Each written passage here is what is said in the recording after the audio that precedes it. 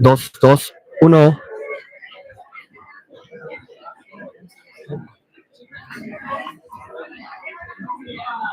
Con permiso.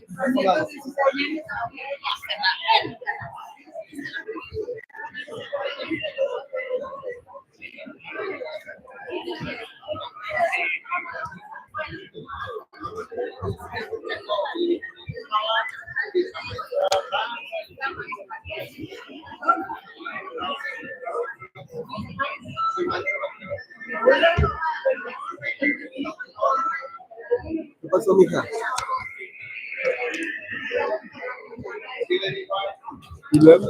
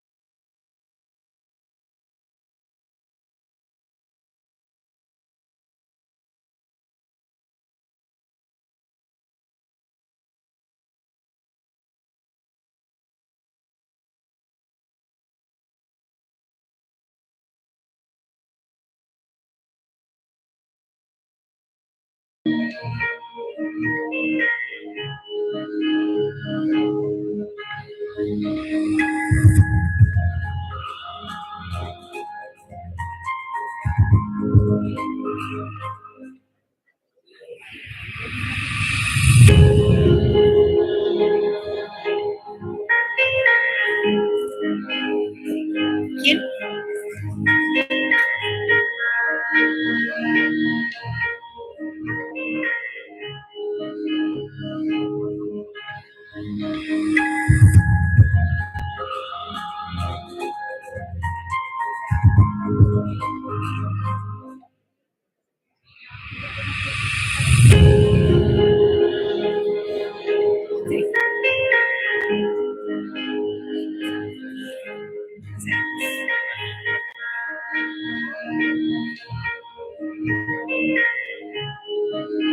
Buenos días, los invitamos a tomar asiento para dar comienzo. La ciencia de la compasión, del cultivo de la conciencia y de las herramientas para el compromiso es la ciencia del futuro. C-Learning, la Dirección General de Educación Superior para el Magisterio, la Secretaría de Educación, la Coordinación General de Educación Normal y Actualización Docente, las escuelas normales, la Universidad Pedagógica Nacional en nuestro estado, a través de los cuerpos académicos y grupos de investigación, dan a los presentes la más cordial bienvenida al Cuarto Encuentro Nacional Interinstitucional de Investigación Educativa, cuya temática es Educación socioemocional en la investigación educativa, perspectivas y desafíos. La generación de este espacio de encuentro entre docentes y estudiantes, a través de diversas actividades académicas, ha puesto de manifiesto cómo se desarrolla la investigación educativa en prestigiadas instituciones en nuestro estado de Coahuila, las escuelas normales y las universidades pedagógicas de Coahuila. En este cuarto Encuentro Nacional Interinstitucional de Investigación Educativa, toca el turno a un tema por demás relevante: la educación socioemocional.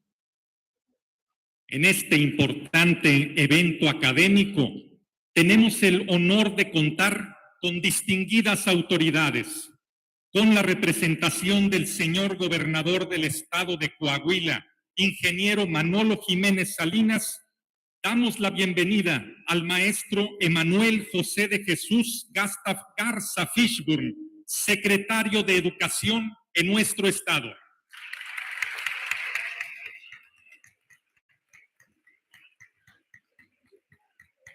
Nos honra con su asistencia a este evento el licenciado Saúl Noguerón Contreras, subsecretario de Educación Superior.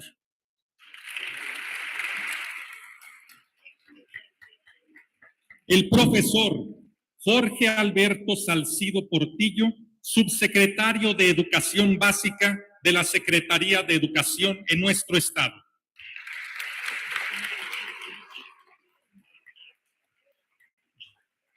En este evento nos acompañan dignos representantes de C-Learning. Nos acompaña la doctora Deirdre Hahn, doctora Alejandra Tello,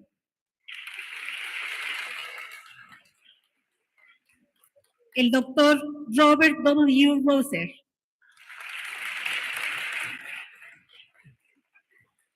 y el doctor Ryder Delaloy.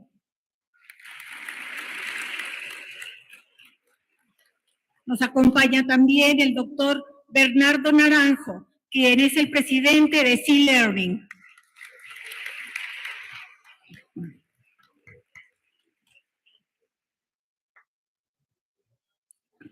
Con la representación del maestro César Romero Mojica, director de Desarrollo Académico de la Dirección General de Educación Superior para el Magisterio, nos acompaña el maestro Nicolás Jacinto Morales, subdirector de Proyectos de Apoyo y encargado de PRODEP en la Dirección General de Educación Superior para el Magisterio.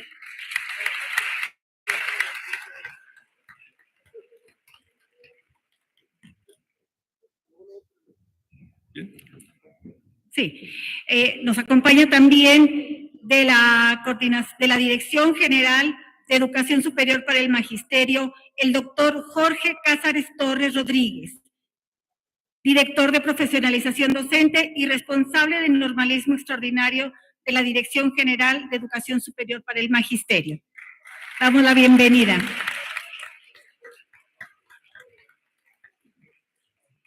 Con la representación del licenciado Javier Díaz González, presidente municipal de la ciudad de Saltillo, Coahuila, tenemos el honor de recibir a la licenciada Lucía Dávila Flores, regidora de Saltillo.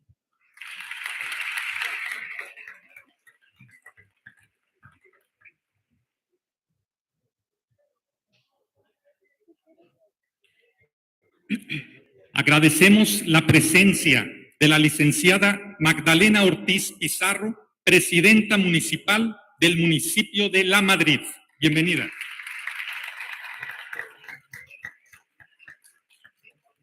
También nos acompaña del municipio de Candela, Coahuila, la licenciada Esmeralda Flores Vargas. De igual manera, recibimos con mucho gusto al licenciado Hugo Iván Lozano Sánchez, alcalde de San Buenaventura, Coahuila.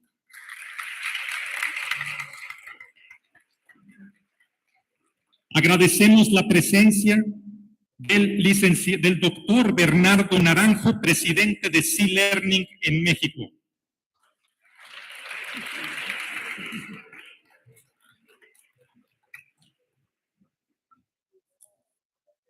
Agradecemos también la presencia del licenciado Ignacio Castillo, subsecretario de Educación en nuestro estado.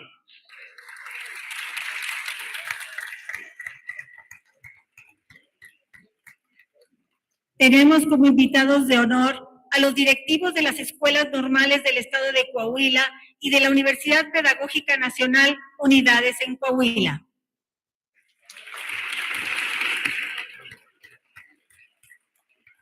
Para este acto, agradecemos el valiosísimo apoyo de la doctora Hilda Xochitl Cabrera Hernández y de la licenciada Carmela Ordóñez Velázquez, intérpretes de lengua de señas mexicanas. Muchas gracias.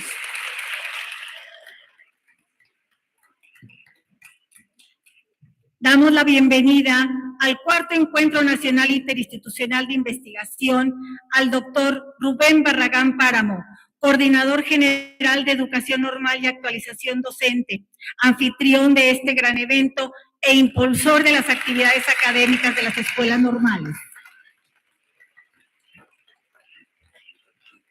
Y por supuesto, integrantes de cuerpos académicos, grupos de investigación, docentes, estudiantes, todos ustedes, bienvenidos a este encuentro. Muchas gracias por su presencia.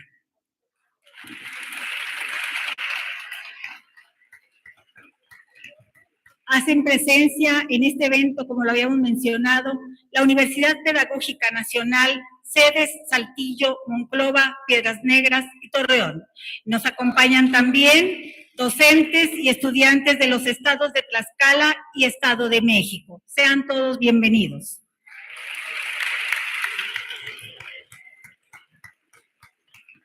Enseguida, el doctor Rubén Barragán Páramo, anfitrión de este evento, dará el mensaje de bienvenida al Cuarto Encuentro Nacional Interinstitucional de Investigación Educativa, Educación socioemocional en la investigación educativa.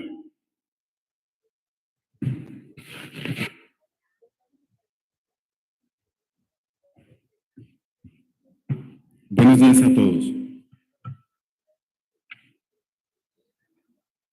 Agradezco la presencia del maestro Emanuel José de Jesús Garza Fishburne, secretario de Educación y representante personal del gobernador de nuestro estado, ingeniero Manolo Jiménez Salinas.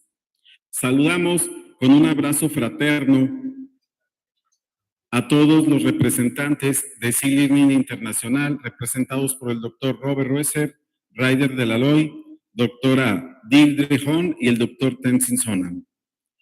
A través de la maestra Micaela Tello, saludamos a todo el colectivo latinoamericano SILIRNIN, Heidi, John Edward, Miller, Rodrigo, gracias por estar aquí y apoyar este evento. Asimismo, agradecemos la presencia del doctor Bernardo Naranjo Piñera, director de SILIRNIN México, junto con su equipo, Alex, Fer, Brenda. Muchas gracias. Agradezco al maestro Nicolás Jacinto Morales y al doctor Jorge Cázares, representantes del doctor Julio Leiva de la Dirección General de Educación Superior para el Magisterio. Agradecemos a los alcaldes de los municipios de Coahuila, nuestro amigo Hugo Lozano, alcalde de San Buenaventura, y de nuestra amiga Magdalena Ortiz Pizarro, alcaldesa de La Madrid, Coahuila, que nos acompañan con su equipo de trabajo del DIF municipal, regidor y director municipal de educación. Saludamos a la licenciada Beatriz Adriana Jiménez López, coordinadora de desarrollo familiar y representante de la ingeniero Liliana Salinas Valdés, presidenta honoraria del DIF Coahuila, representante también del licenciado Alejandro Rafael Cepeda Valdés, director general de DIF Saltillo. Agradecemos la presencia de la primera dama de Candela, la licenciada Esmeralda Flores Vargas, presidenta honoraria del DIF, y a su equipo de trabajo. Saludamos a nuestro nuevo secretario de Educación Superior, licenciado Saúl Noguerón Contreras, al subsecretario de Educación Básica, licenciado Jorge Alberto Salcido Portillo, y al subsecretario de Vinculación y Servicios Educativos, licenciado Ignacio Castillo Carabés. Agradecemos la presencia y participación en las ponencias de este evento de maestros de Baja California, Querétaro, Hidalgo, Estado de México, Tlaxcala, Puebla, Veracruz, Ciudad de México, Jalisco y por supuesto a los profes del Estado de Coahuila. Contamos también con la representación de 6 países: Estados Unidos, Ecuador, Guatemala, Colombia, Brasil y México. La presencia de todos ustedes engrandece y fortalece nuestro evento. Mi agradecimiento por todo su apoyo incondicional a los directores de las 9 escuelas normales del estado de Coahuila, así como a los directores de las unidades de la Universidad Pedagógica Nacional. Y agradecemos la presencia de maestros y estudiantes de escuelas normales y unidades de la UPN de nuestro estado. Estimadas y estimados colegas, investigadores, docentes y estudiantes, es un honor darles la más cordial bienvenida al Cuarto Encuentro Nacional Interinstitucional de Investigación Educativa, un espacio de diálogo académico y construcción colectiva en torno a un eje fundamental para la formación docente, la educación socioemocional.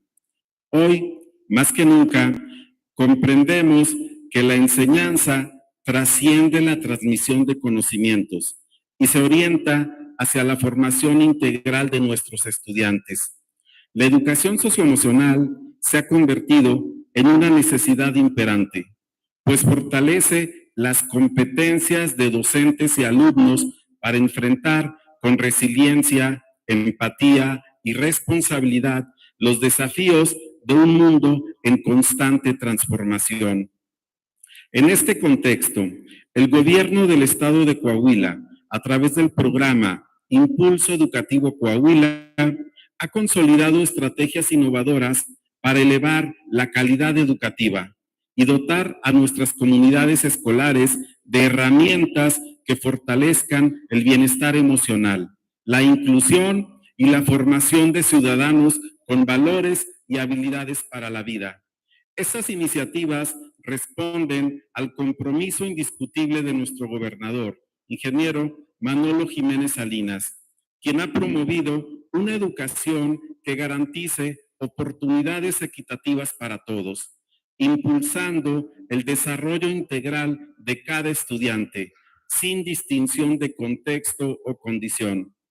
Su visión de una educación inclusiva nos motiva a continuar trabajando para que cada persona encuentre en la escuela un espacio de crecimiento personal y profesional. A lo largo de este encuentro, tendremos la oportunidad de compartir experiencias y aprendizajes con expertos de talla internacional.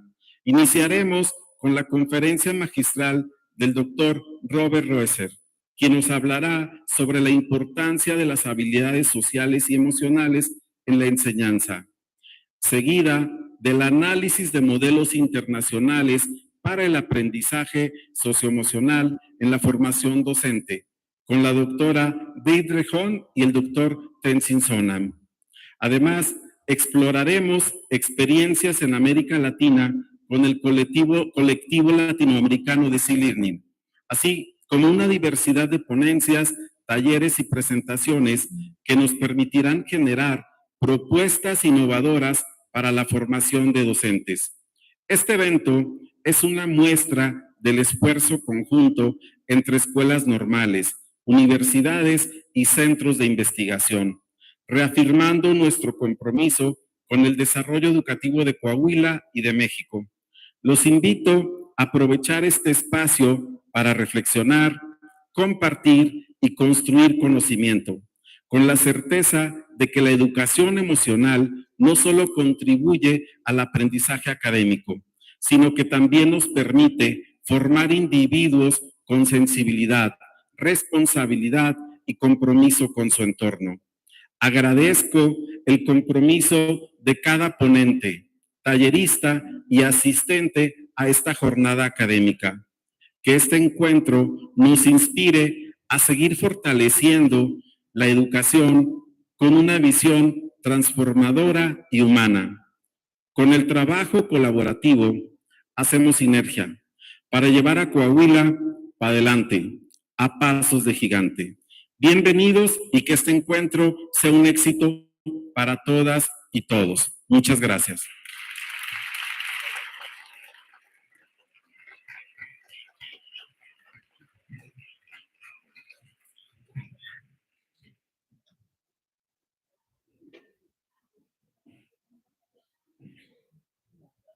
Se agradece al doctor Rubén Barragán Páramo las palabras de bienvenida que ha hecho a la audiencia.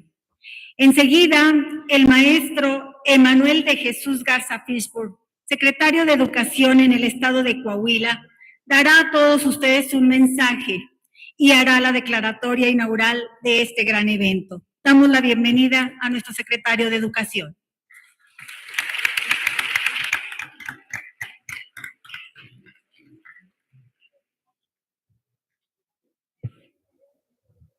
Muy buenos días a todas y a todos. ¿Cómo estamos?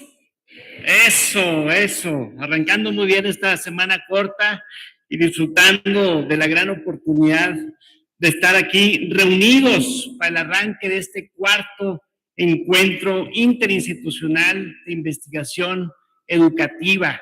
Quiero antes que nada agradecer la presencia muy consciente, muy positiva, muy propositiva de todas y todos ustedes para que este encuentro pueda llegar a buen puerto como está previsto, pero especialmente quiero agradecer la enorme contribución en la organización de este evento de la Coordinación General de Educación Normal, a cargo aquí de nuestro doctor Rubén Barragán y de todo su equipo. Un fuerte aplauso a ellos, por favor, por darnos cita en esta ocasión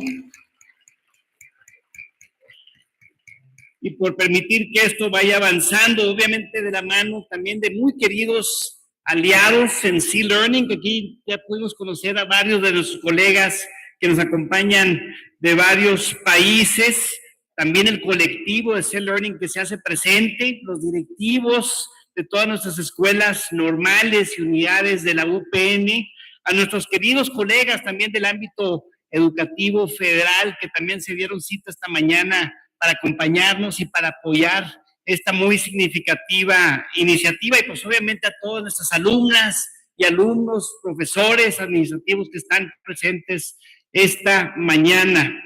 Les mando obviamente un fuerte abrazo y saludo afectuoso de parte de nuestro gobernador, el ingeniero Manolo Jiménez Salinas, que aprecia mucho el ejercicio que se está detonando esta mañana con todas y todos nosotros aquí reunidos. Y particularmente quiero referirme a 3 elementos que yo veo muy presentes esta mañana en este ejercicio. El primero es reconocer y celebrar la comunidad de confianza, de aprendizaje y de colaboración que se está forjando esta mañana en este encuentro. Son comunidades que ya existían previamente al encuentro, el compañerismo, la colaboración, la investigación que ya se da en el ámbito de las escuelas normales, de las UPNs a nivel nacional y que en este encuentro se fortalece, pero también la comunidad de confianza, aprendizaje y colaboración que está formada en el colectivo de C-Learning, que se han planteado un objetivo muy claro de contribución en un ámbito de suma importancia para nuestra vida colectiva. El que existan estos espacios, el que existan estas comunidades en las que nos podemos ver al corazón, en la que nos podemos ver a los ojos, en la que podemos abrazar de manera compartida esta posibilidad de aprender juntos, de empujar las fronteras del conocimiento, de poder investigar y encontrar nuevas pautas, nuevas vías para nuestra tarea colectiva y compartida, pues es algo que debemos de celebrar. No en todos los ámbitos, sino en todos los espacios se dan este tipo de colaboración. Así que hay que celebrarlo y reconocerlo y abrazarlo con mucha fuerza. El segundo elemento que quiero destacar esta mañana es el enfoque hacia la educación socioemocional. Todas y todos los que estamos aquí reunidos entendemos cómo es crítico, cómo es urgente el que podamos abordar la dimensión de esta gran epidemia que estamos viviendo en la salud emocional y en la salud mental de la humanidad. Este es un problema que está afectando a nivel global y el que podamos abordarlo con mucha esperanza, con mucho amor, con mucha inteligencia, con mucha estrategia, para que desde el ámbito educativo se pueda ayudar a que esa salud emocional y que esa salud mental pueda florecer, pues es algo de suma importancia. Justo hace unas semanas en el pizarrón blanco que tengo en mi oficina apunté 2 frases que les quiero compartir. La primera es que tenemos que transitar de lo instruccional a lo relacional. Más allá del aprendizaje, que es, digamos, una de las tareas fundamentales del ámbito educativo, lo que permite realmente lograr que ese aprendizaje se ancle profundamente es que haya relaciones significativas entre quienes participamos en la tarea educativa. La relación alumno-alumno, la relación alumno-maestro, la relación maestro-padres de familia, todos los vínculos y todas las relaciones que forman parte de nuestras comunidades educativas, el que sean relaciones sanas, el que sean relaciones bien intencionadas, el que sean relaciones de cuidado, de protección, de apoyo, de confianza, permite que el aprendizaje florezca. Y en ese mismo sentido va la segunda frase, el corazón como el umbral del aprendizaje. Es muy difícil pensar en un aprendizaje si no tenemos el corazón atendido en todas sus dimensiones, si no tenemos el corazón abierto. Cuando tenemos alguna situación de un conflicto interpersonal, si tenemos alguna situación de ansiedad o de depresión, algo que nos está afectando en nuestras emociones, algo que nos está afectando en nuestro corazón, es muy difícil pensar que podemos estar aprendiendo gramática, cálculo, geometría o algún otro elemento del ámbito de nuestro trayecto formativo. Así que esos dos elementos, como pueden ver, están íntimamente relacionados a esta concepción que compartimos de la educación socioemocional. Entonces, qué gran gusto de que podamos dedicarle este encuentro de investigación educativa a este tema de tanta relevancia en nuestro mundo. Y el tercer elemento es el del liderazgo. Quiero que sepan, y es algo que nos han reconocido nuestros colegas que nos acompañan de otros países, que Coahuila y esta colaboración que estamos logrando entre los tres niveles de gobierno en torno a la educación socioemocional para nuestros docentes en formación nos ha convertido en puntas de lanza a nivel mundial. Es algo que hay que reconocer y hay que abrazar con mucha fuerza. Y el hecho que ustedes estén aquí esta mañana y estos días trabajando en torno a esto, pues nos va a fortalecer aún más en ese liderazgo y fortalecer aún más nuestra contribución como colectivo en el ámbito de la educación socioemocional. Así que siéntanse muy orgullosos, siéntanse muy poderosos, porque ese liderazgo es real y porque esta colaboración está detonando realmente muchos elementos de mucho beneficio a todas y todos. Así que, pues bueno, en ese espíritu, en ese ánimo, les pido de favor si me acompañan en ponerse de pie para que podamos dar paso a la inauguración de este encuentro. Siendo este martes 4 de febrero a las 9:36 horas, declaramos con el apoyo y el compromiso de todas y todos aquí presentes, inaugurado este cuarto encuentro interinstitucional de investigación educativa, perspectivas y desafíos, que sea de mucho provecho para todas y todos. Un fuerte abrazo y que disfruten intensamente esta experiencia. Muchas gracias y felicidades.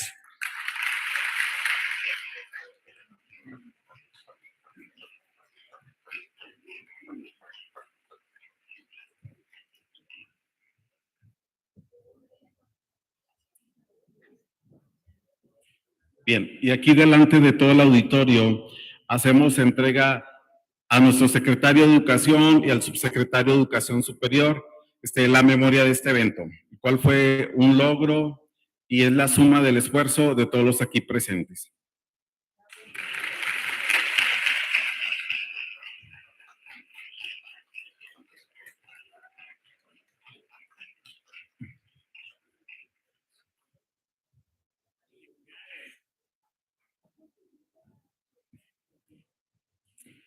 Agradecemos la presencia de nuestras autoridades en la inauguración del Cuarto Encuentro Nacional Interinstitucional de Investigación Educativa.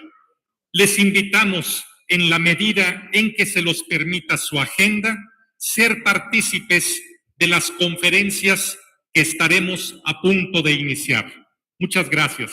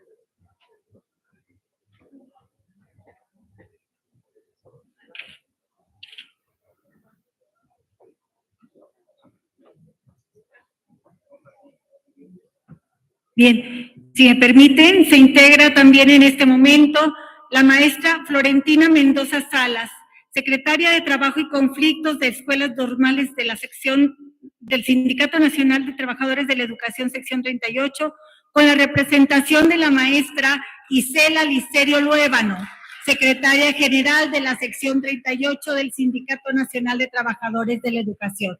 Bienvenida, maestra. En el estado de Coahuila, con el liderazgo del señor gobernador, ingeniero Manolo Jiménez Salinas, se hace patente el apoyo de las familias coahuilenses con los compromisos prioritarios de su gestión mediante la estrategia Impulso Educativo Coahuila, con la que se fortalecerá la educación de niños, niñas y adolescentes, como la vía para que puedan prosperar. Y uno de los ejes de la citada estrategia es precisamente la educación socioemocional, a efecto de lograr el fortalecimiento de las competencias socioemocionales de agentes educativos para favorecer su desarrollo personal y su convivencia armónica con los demás. A continuación, tendremos las dos conferencias magistrales de esta primera jornada de trabajo. Solicitamos a los asistentes permanecer en el auditorio y se les comunica que las estaciones del coffee break estarán abiertas en el horario indicado para el receso y estarán ubicadas en el primer piso. La dinámica de las conferencias será la siguiente. El primer conferencista dispone de 1 hora para presentar su disertación y se darán 10 minutos para una sesión de pregunta y respuesta. Se solicita a los asistentes que las preguntas que deseen plantear al conferencista las registren en las hojas que se encuentran en la carpeta que se les proporcionó. Favor de entregarlas al staff. Para dar apertura a las actividades académicas que se realizarán en este día, tendremos la participación del doctor Robert W. Roser, quien ha realizado investigaciones que se centran en la escuela como contexto primario del desarrollo humano y su influencia socializadora en el desarrollo de la identidad de jóvenes, y abordará el tema ¿qué hace a un buen docente? La importancia de las habilidades socioemocionales y para la atención. Previo a su intervención, presenciaremos un video informativo en el que se destaca su amplia trayectoria. Adelante, por favor.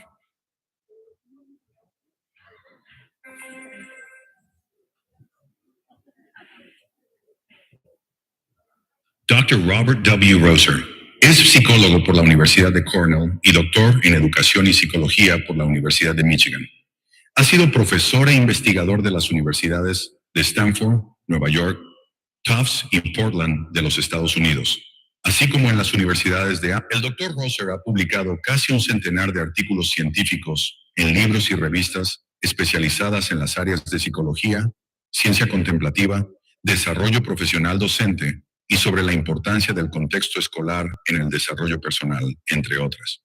Desde 2023, por invitación de la Universidad de Emory y de Sea Learning México, ha acompañado el programa de desarrollo socioemocional para las escuelas normales del estado de Coahuila. Bienvenido, Dr. Russell.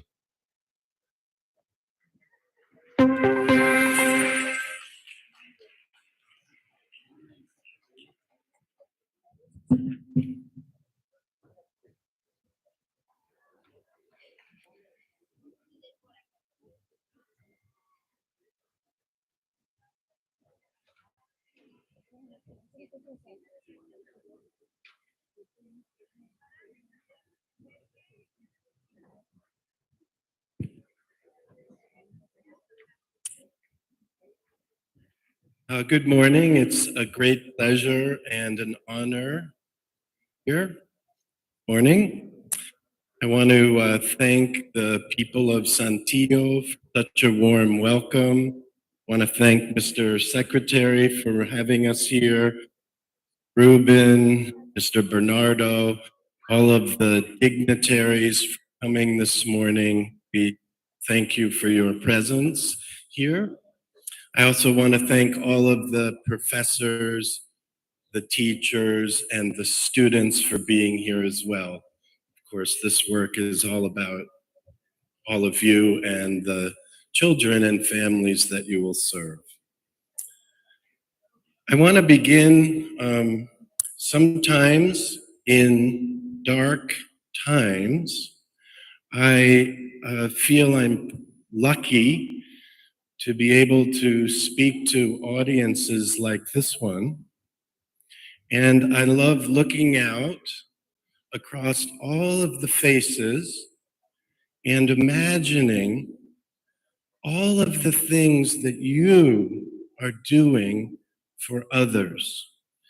And this small practice gives me a sense of hope when sometimes I think the world has gone a little bit crazy.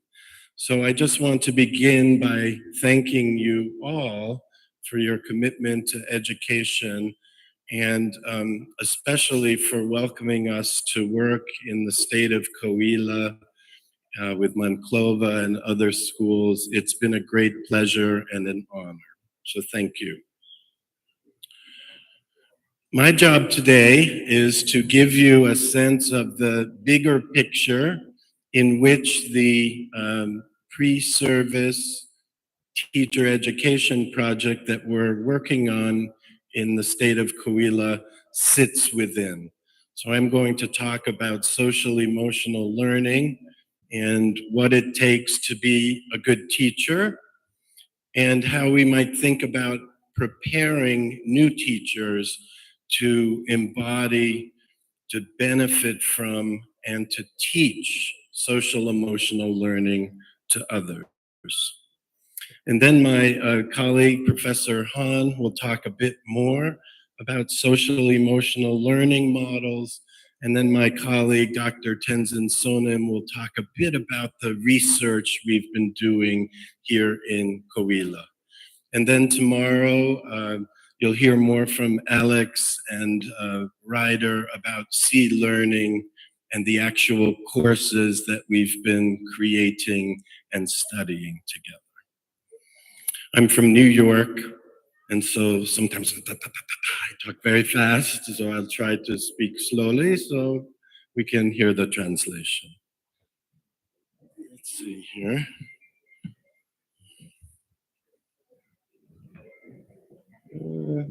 Alex, I may need you to advance the slide.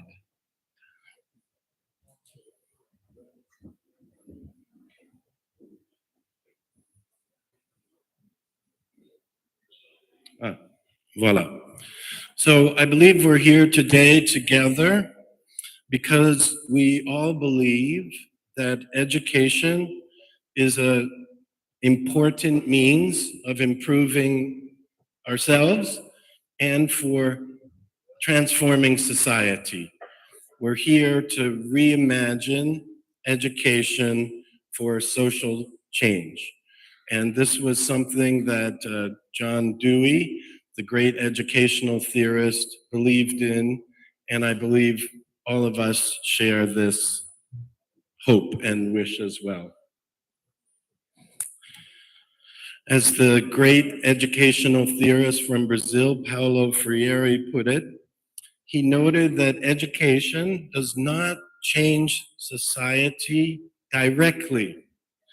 Rather, education changes people, their values, their skills, their understanding of the world and each other, and then those people go out to change the world. So we are engaged in a long-term, intergenerational social change strategy here today. And one approach to thinking about reimagining education for social change is social emotional learning, which we've already been hearing about this morning. Social emotional learning is an effort to impart, to teach, to cultivate skills like self-awareness, social awareness of each other, responsible decision-making, and pro-social values. So sort of, we sometimes think of this as educating the heart of the human being alongside the mind and the hand. The head, the heart, and the hand is a sort of holistic approach, a whole person approach to education. For the last 30 years or so, there's been much research on the effect of social emotional learning on students. We now have research data from over 1 million students in 24 countries examining, does it work, social emotional learning? And what the research shows overall is that social emotional learning improves the academic achievement of students. So it turns out the skills of the heart, getting along with our neighbor, seeking support, offering support, being a kind presence, can help us to learn and create a positive learning environment for everyone. It also increases motivation to learn, this idea that we're all lifelong learners. So social emotional learning helps cultivate that skill. And importantly, as the secretary noted, I believe, it also helps to decrease emotion and behavioral problems, which are unfortunately on the rise all over the world among young people today. Is it clear so far? Clear? Thank you. Thank you. And so SEL, social emotional learning, is an evidence-based approach that we believe can support 3 core or important educational aims today. Whoops, got ahead of myself. First, as I just mentioned, we believe that social emotional learning is a strategy for promoting better academic achievement. Second, we believe that social emotional learning is very important for preventing emotion and behavior problems, anxiety, depression, even other forms of distress, loneliness, anxiety about the environment, climate change. So we think that these skills that social emotional learning teaches helps to prevent those problems. And then finally, it can really help to promote a culture of peace and global citizenship consistent with the SDG goals in education all over the world by enhancing our sense of responsibility to each other and to the earth herself. That we are not just visitors here, like in a hotel room where we can do what we want and someone else will take care of it, that we have responsibilities to work on problems that affect our local and global communities together. Oops.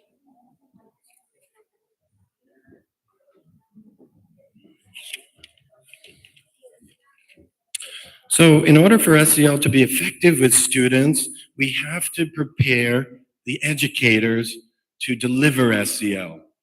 And we believe that one way to do this is by supporting teachers who are already in the classroom, but also pre-service teachers who are just learning how to become a teacher.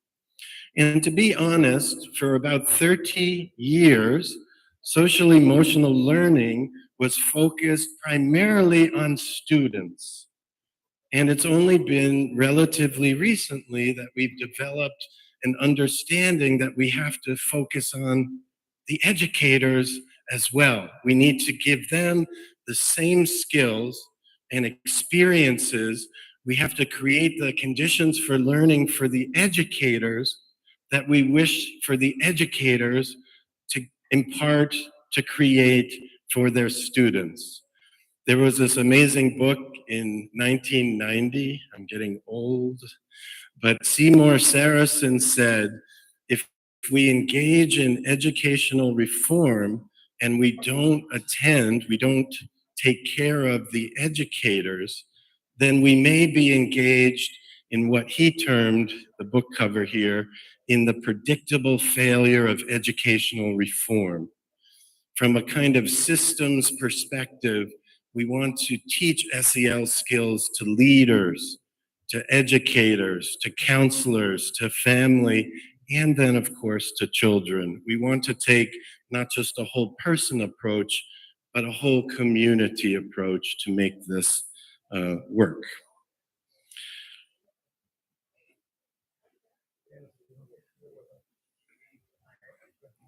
The importance of teaching adults social emotional learning skills was really made clear to me when I was a professor at Stanford University in the late 1990s and early 2000s, which is where I came across this fellow named Bernardo Naranjo at that point, who was also at Stanford. We were there together. We have met up 20 years later. And I was at a party, and there was a teacher education student who was graduating, and he told me, he said this to me, he said, "You taught us how to be experts in our subjects, math or social studies, whatever. He said, you also taught us at Stanford here how to be experts in the development of the students we teach, in this case, adolescents, 10 to 20-year-olds. We also taught them how to be experts in teaching strategies. How do I teach adolescents math?" Then he said, "But you never really taught us skills for how to just be myself in my role as a teacher, in some sense, how to be comfortable, how to be real, how to be authentic in this teacher role." And I think he was 100% correct.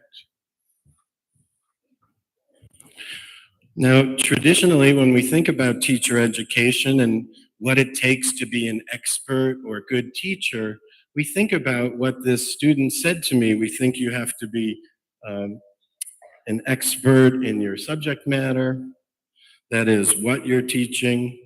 You have to be an expert in your students, that is who we're teaching. You have to be an expert in how you teach, through your strategies, how you're teaching.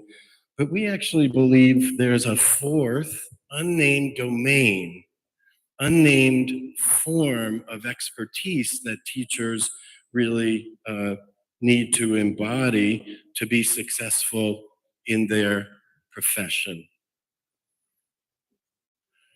And this fourth domain of expertise is so obvious that we sometimes don't see it at all. It's almost like a secret, hidden in plain sight, hidden right before our eyes. And the idea here is that we don't just teach what we know or how we know how to teach it, we teach who we are. We teach who we are. And what that means is we teach our ethical values, we teach our quality of attention, we teach our ability to care about another person, we teach empathy and compassion, or the opposites of those. So in some ways, there's this domain of how to be ourselves that we need to cultivate through teacher education and other avenues.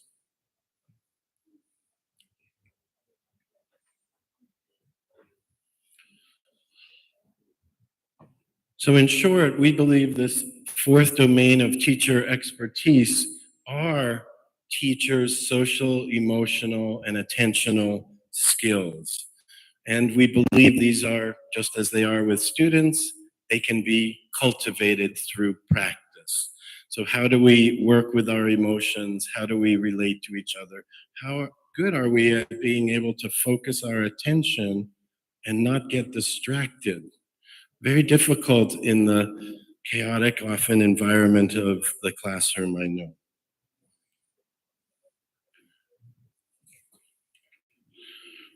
And we believe if we could cultivate this fourth domain of expertise alongside the other three, that that would show through, that would reveal itself as educators who are calm under the challenges and the stresses of their job, who are clear-minded in their thoughts and their words and their communication in the classroom with students, and who are kind-hearted, always ready to begin again if difficult things happen in the classroom, to meet students with a sense of love, compassion, kindness, and forgiveness.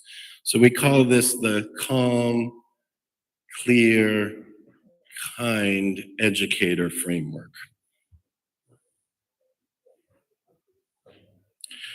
And that framework sits upon or comes out of, we believe, these SEL skills. So when we know how to manage our emotions under stress, we know how to be calm.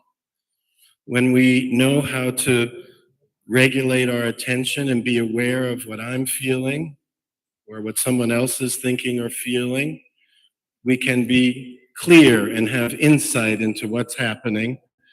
And when we cultivate skills like compassion for ourselves or compassion for others, we're cultivating that quality of kind-heartedness, warm-heartedness that is so essential to teaching.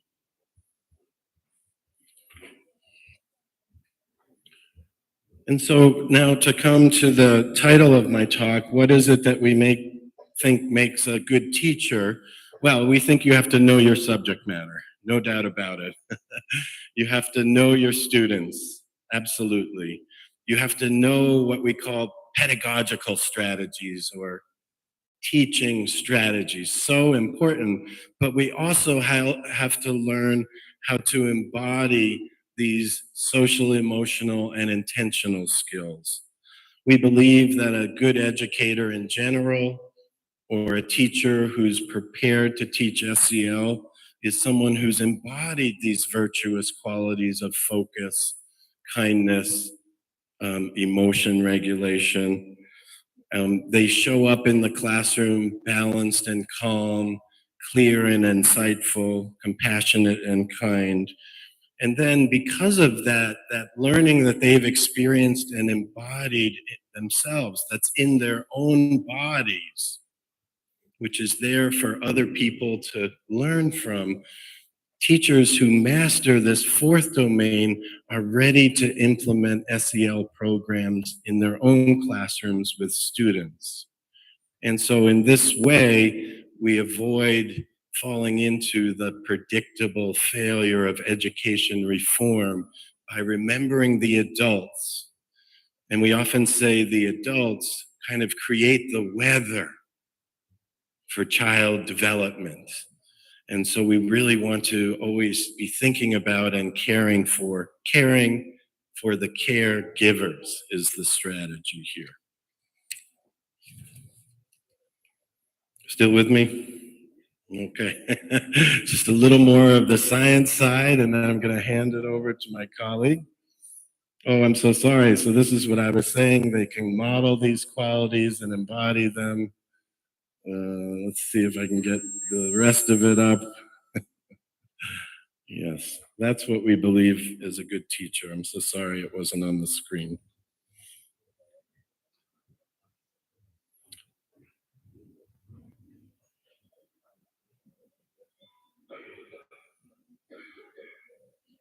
And one approach that's been going on for about 15 years now for cultivating calm, clear, kind educators has been to offer teachers who are already on the job what we call in-service professional development. So these are teachers who are already in the classroom, and we offer them training programs that train attention and emotion through mindfulness and compassion practices. And I just want to tell you a little bit about that research because it's very relevant to what we're doing here in Coahuila. And just in case the word mindfulness or compassion is not familiar to you, these are terms for what we think about as mental training practices that can cultivate calmness, clarity, and kindness. So there's practices that are part of what we're doing with the teachers in C Learning and other programs that learn to help us focus our attention on one thing. So important today. What? Ding.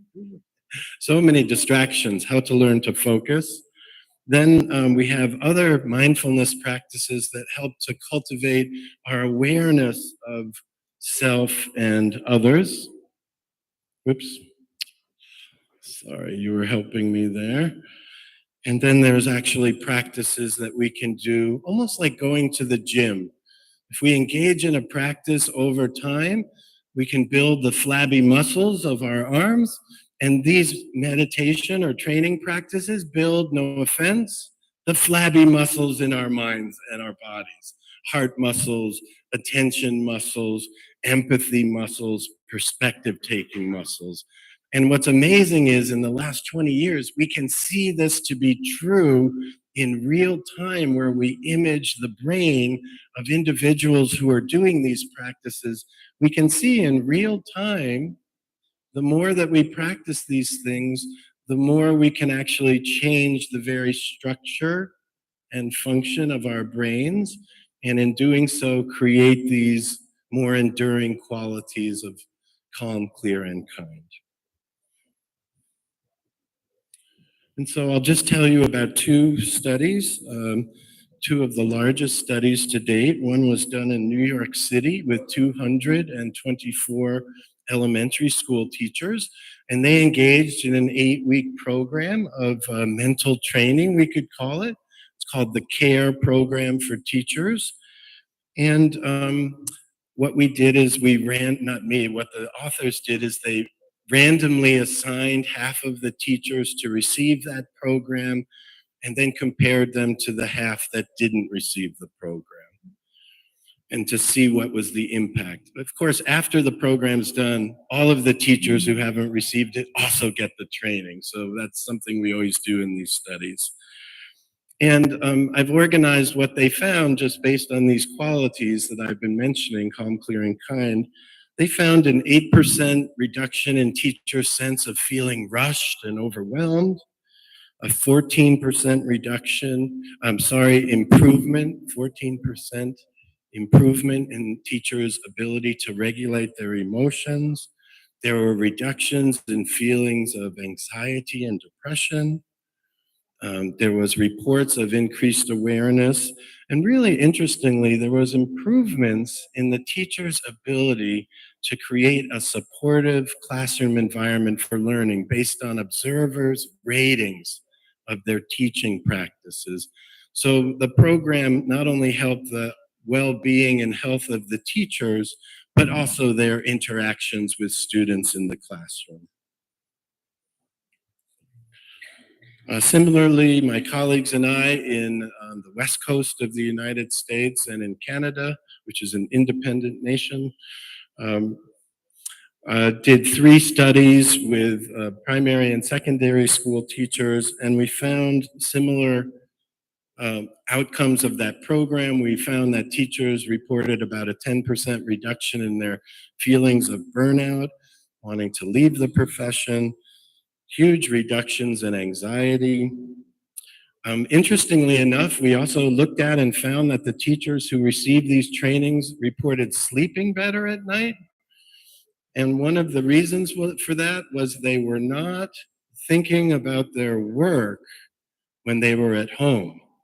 So through mindfulness, they learned to be at home when they were at home and let work be at work when they were at work. We also found improvements in the ability to focus attention. And finally, in our studies, again, based on observer ratings of the classroom, we found that this kind of mental training could improve teachers' ability to create a well-managed, respectful, and fair classroom environment.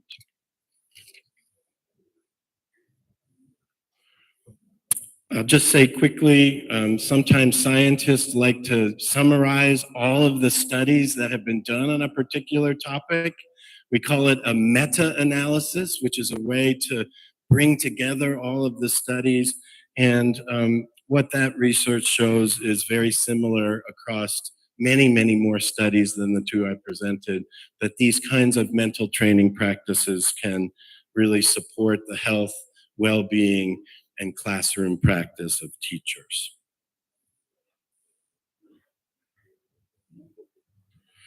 And so what brings us here today, other than the graciousness of our hosts, is a desire to engage in a new approach to creating calm, clear, kind teachers. And by definition, if we have teachers who embody these qualities, we're creating compassionate and curious schools, we believe, is to try to bring this work, so to speak, upstream to when teachers are still just learning how to be a teacher. Why can't we make the development of teacher expertise in this fourth domain, these adult SEL skills, just part of the training of what it means to be a good teacher?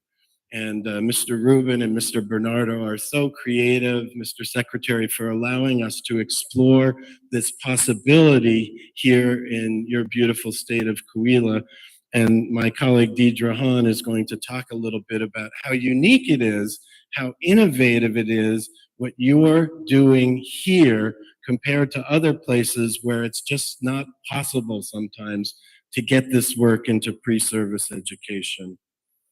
And so we'll hear about that in the next talk. You'll hear about, over the next day and a half, the C learning, social, emotional, and ethical learning model that we've all been collaborating on with the teacher training institutions in your beautiful town and state. And I look forward to sharing and hearing that presentation to you. And in conclusion, just to come back to where I began, I think the idea here, the big idea, is to reimagine education for social change. And the way that we're trying to do that here is we're trying to create new courses in pre-service teacher education that really the first goal of that is to help teachers be happy, to help teachers be well in their life as a teacher and in their life outside of teaching. We want teachers who are flourishing. We believe if we do that, teachers can then teach students these same skills and curricula, and they can help students to flourish.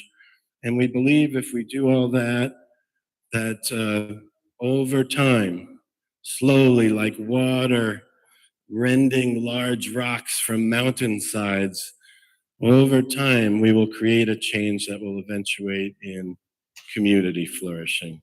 So I want to thank you for your kind attention. I want to thank you for welcoming us here. I want to thank you for your creativity and innovation on behalf of children, youth, and their families. Thank you very much.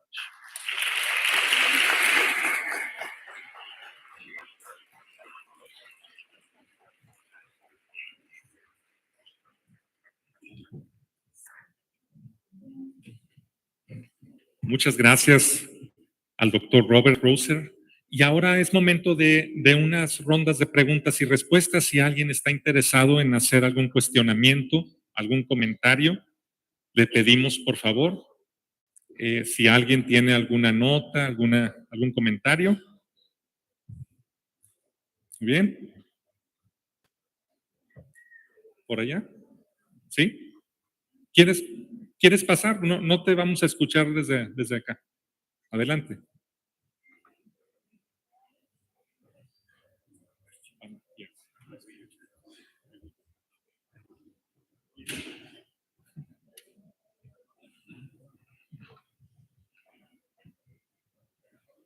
So my question is you talk about mindfulness. So if you can tell us any strategies so we can work in the classrooms, in our classrooms with students.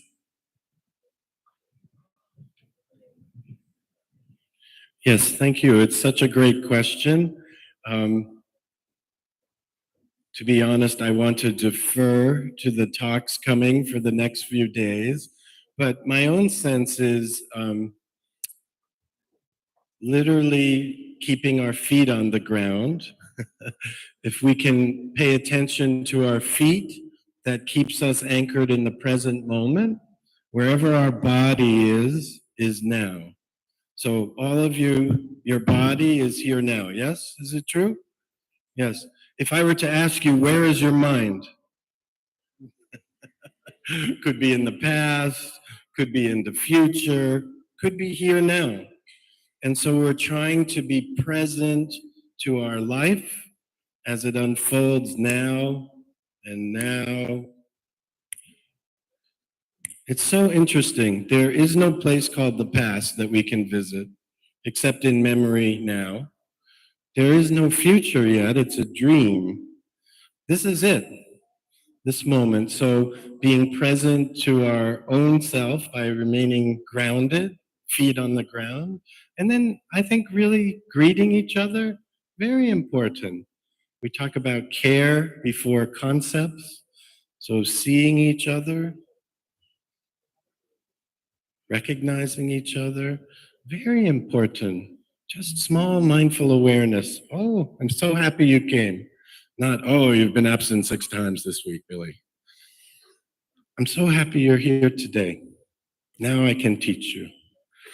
And what's beautiful about the C-Learning curriculum, as we'll learn, is it's a set of practices to cultivate these skills, but it also rests on a kind of way of teaching that is student-centered, really asking students what they think, asking for student input.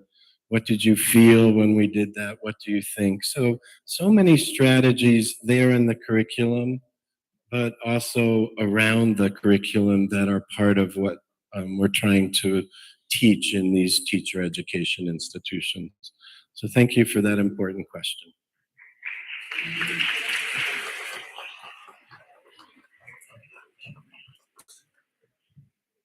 Perdón, parece que no está funcionando nuestro traductor, que tiene sus problemitas, pero ustedes tendrán el buen criterio para saber que no estamos en el estado de koala y todo fuera de ahí se entiende. Nada más resumo brevemente la respuesta del doctor, para que no la entendió. La pregunta tenía que ver con el decir, ¿qué hacemos para ser mejores maestros en el contexto, en el marco que nos ofrece el doctor Roeser? Y él básicamente lo que dice es acordarse que somos en cada momento.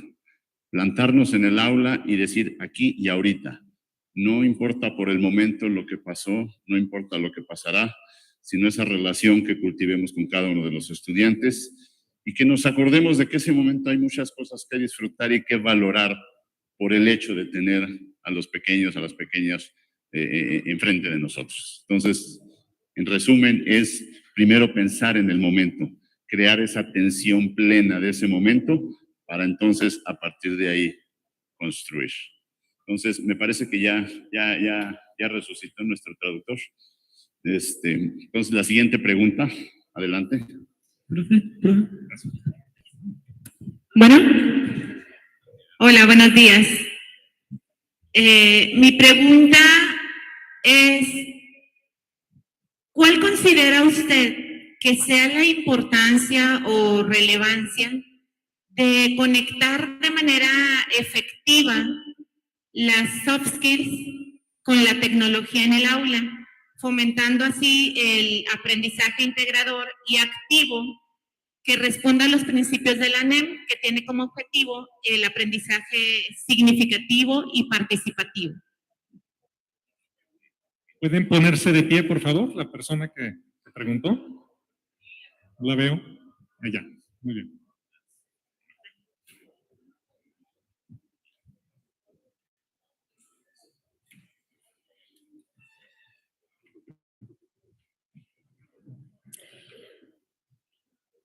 It's a hard one, but so important. In my classes at Stanford or at Penn State, we ask people to become aware of how they use technology. And we also ask students to reflect a bit on what they've learned about distraction in their own lives. In addition, we ask for honesty and integrity around the use of AI tools in the classroom. It's not that they shouldn't be used, but of course, they're being used everywhere.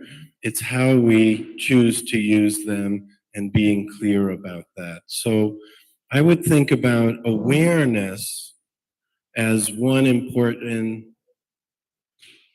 skill that we could cultivate in relation to technology.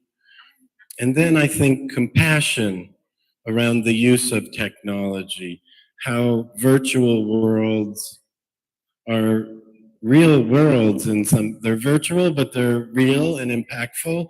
What we say there, what we do in virtual space is as important as what we do in interpersonal space. And so I think all of these qualities of attention and awareness and kindness and compassion can be examined in relation to the daily use of social media, AI technologies, and other technologies. But I would be very curious to what my friend has to say about that too. Muchísimas gracias. There is another question over here. Hay una pregunta primero aquí. Permítame. Good morning. My question is about the reality of the Mexican classrooms. For example, you talk about active listening. How would you apply that strategy in a classroom of 36 students that needs all our attention like 24/7? Yes, paying attention to each other and listening is a lost art in our times. And so in the classrooms that I teach, which is a little different perhaps than your classrooms, no doubt, we teach something right at the beginning called mindful listening, which is very similar to active listening, but maybe just a little different. Mindful listening is you ask the students to talk about, let's say, one thing that's going right in their life right now. So a practice of remembering good things. And then we have them share with each other. But the challenge is they just have to listen and not say anything. It turns out that most of us, when we're listening, half of our mind is getting ready to respond, which means half of our mind is not actually listening. We don't listen to understand each other. We listen to respond to each other. And so can we cultivate a different skill where we're just listening? And, you know, we ask, what's it like to just be listened to? What's it like to speak to someone without the expectation that you have to say something back? So, you know, we can do this in small groups, and I do it over and over and over, because that's how we build the flabby muscle of mindful listening, repetition. Thank you for your question. Hi. Hello. Hello. Like you said, teachers need to be well prepared on the science that they're teaching.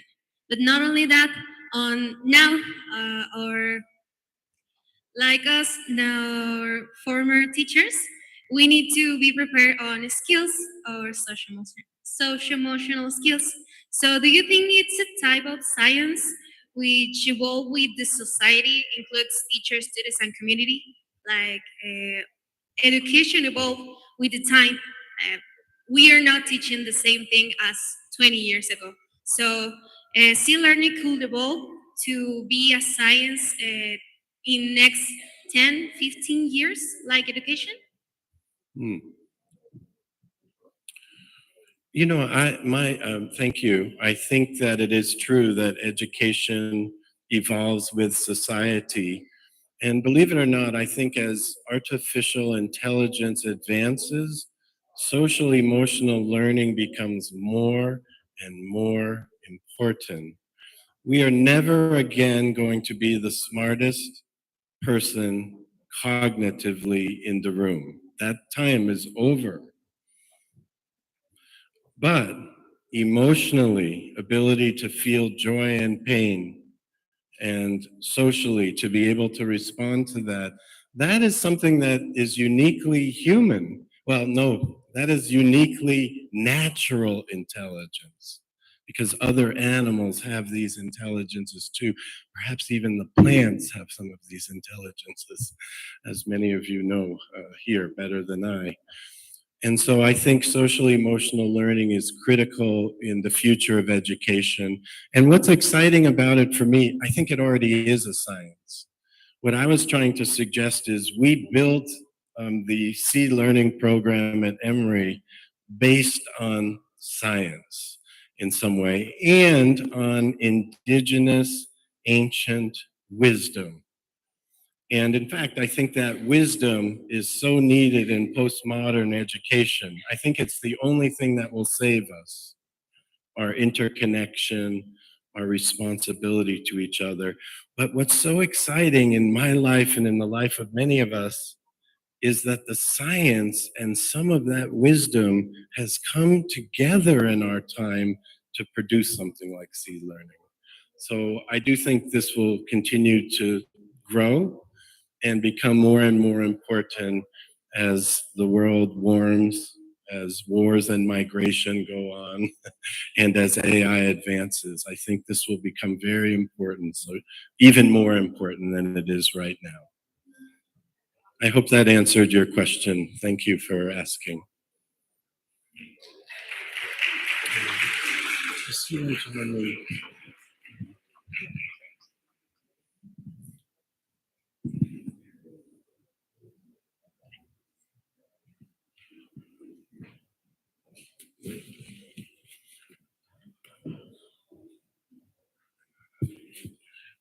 Buenos días. Doctor, muchas gracias por compartir con nosotros. Soy José Luis Ansúrez de la Universidad Pedagógica Nacional de la Unidad Torreón. Y realmente, pues es una gran aportación la que usted hace para nuestra comunidad de formadores de docentes y para nuestros estudiantes. Yo creo que una de las características comunes en los Estados Unidos y en México es la condición de cambio que vivimos hoy, una constante transformación. En este contexto, ¿cuál pudiera ser el impacto de las políticas que ha iniciado el presidente de los Estados Unidos en la formación de los ciudadanos en ambas naciones? ¿Y qué cosas podemos hacer en las escuelas donde se está formando la nueva ciudadanía?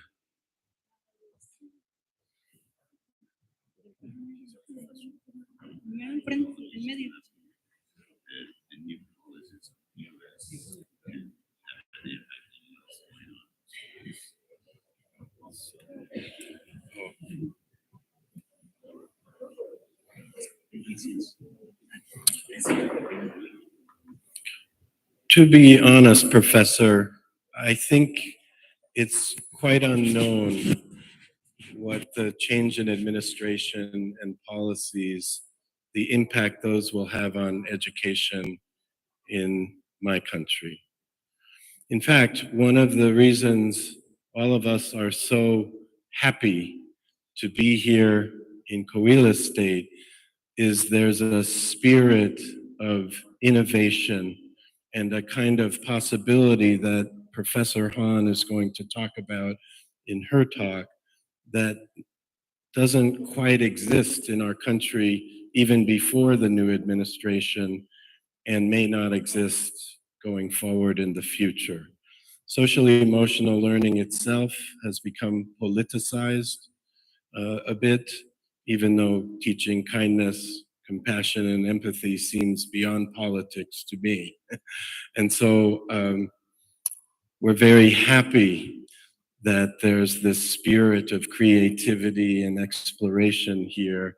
And I worry a bit about my own country in this regard. And on the other hand, and Deidre, Professor Hahn will have something to say about it, social emotional learning is quite established, and I hope it will last and spread. But not knowing is my honest answer to you. So thank you for your question, and thank you for having us here.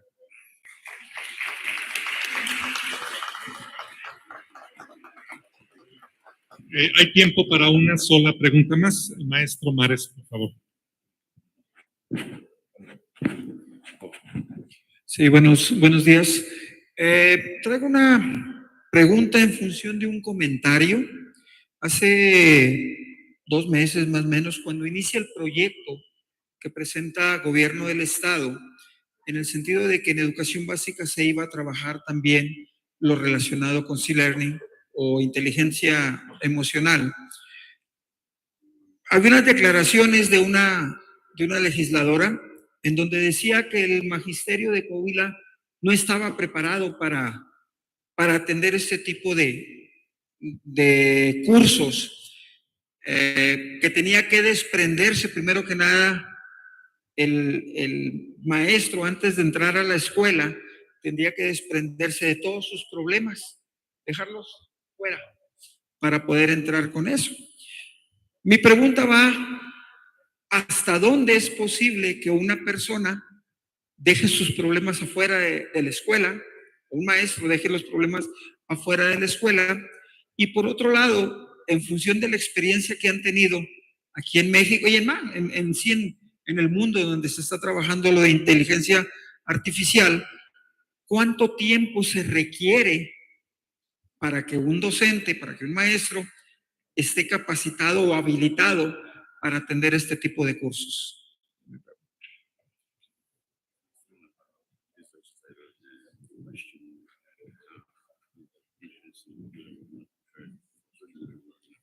Para estar aquí cerca.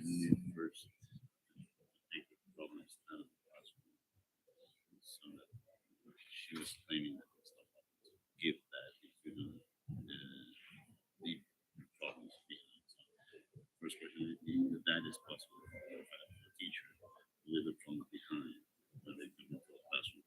And second, how long will it take for a teacher to be prepared to properly share social learning in the classroom? And what is the Yeah, their own. Okay, thank you so much for the question. My own sense, and you'll hear this from other people who are here with this project, is that the skills that one learns with social emotional learning are first almost always applied to oneself and one's life, even if you're learning it as a teacher. So I do think what we have found scientifically, many teachers, more than other professions, experience burnout, stress, anxiety, and depression at much higher levels than other occupations. And so in our own research, which I presented just a little of, we found huge reductions in anxiety and depression. Now, if someone has a clinical situation, these skills need other supports. But for many people, what we've noticed is that we can reduce stress, burnout, anxiety, and depression in a very significant way. And that prepares the way for teaching these skills to the students. So that's why we always want to pull the camera back and care for the educators first, and then deliver it to students. The question of how long does it take to learn these skills, I think that question is perhaps as old as the Buddha, Aristotle, Mencius in China. All of these great wisdom thinkers may have counseled us that it's a lifelong learning process. Certainly, I am still a child in learning these skills. And one of the beauties of this work is that instead of us being the expert calling the students over to our side of the river, we're actually moving across the river together. We're learning together. We're learning to make mistakes and recover from them together. We're just practicing being human. But all of that being said, lifelong learning, I do think earlier, better. I study human development, and if we can cultivate these skills in teachers in pre-service education, better than later. If we can teach these skills in preschool and kindergarten, better than in college, because our brain, 18-year-olds, any 18 to 25-year-olds here, still during that 20 to 30-year period, your brain can learn. It's very plastic, so these skills can be learned through the first 3 decades of life. Once we get to 30, 40, we all know, a little harder to teach a dog new tricks.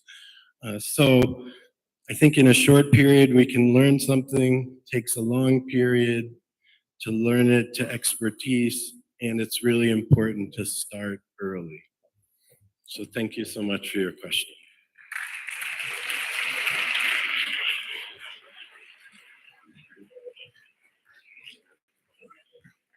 Thank you very much, Dr. Rosser, for this amazing lecture. Thank you.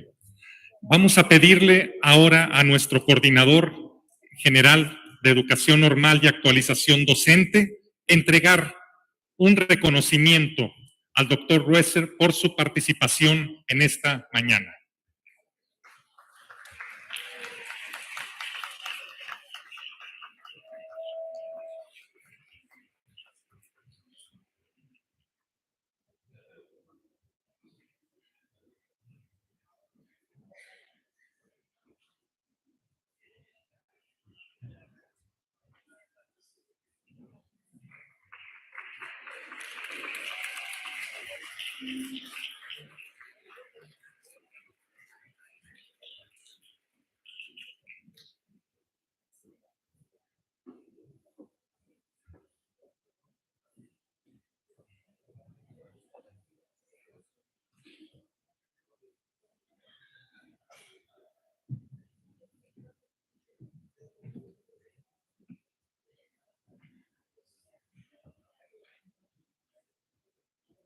Continuando con el programa del cuarto ENIIE.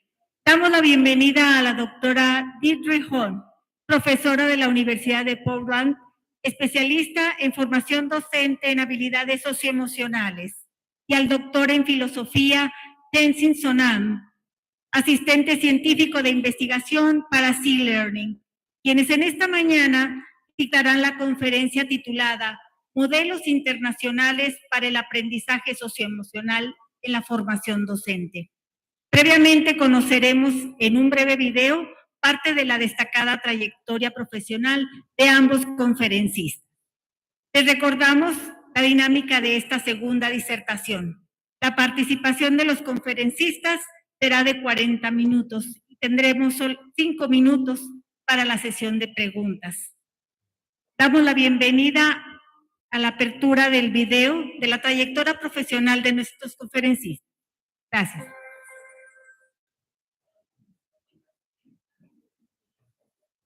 Doctora Deirdre Horn obtuvo su maestría en mente, cerebro y educación de la Universidad de Harvard y un doctorado en desarrollo humano y estudios familiares de la Universidad Estatal de Pensilvania. Actualmente es directora de la especialización en aprendizaje socioemocional, ENIIE, de la Universidad de Portland. Está involucrada en múltiples proyectos a nivel estatal relacionados con la construcción de modelos sustentables de aprendizaje socioemocional en el estado de Oregon, en los Estados Unidos, incluyendo el desarrollo de estándares para escuelas y programas de formación docente. Es la fundadora del Colaborativo de Oregón para Formación de Educadores en Habilidades Socioemocionales, OCSEP, y trabaja con profesores de todo el estado para incorporar estas habilidades en la formación docente. Su investigación se centra en evaluar enfoques a nivel escolar para el desarrollo de habilidades socioemocionales y explorar el proceso a través del cual los maestros las implementan en el aula, a la vez que cultivan su propio bienestar. Bienvenida, doctora Deirdre Hahn.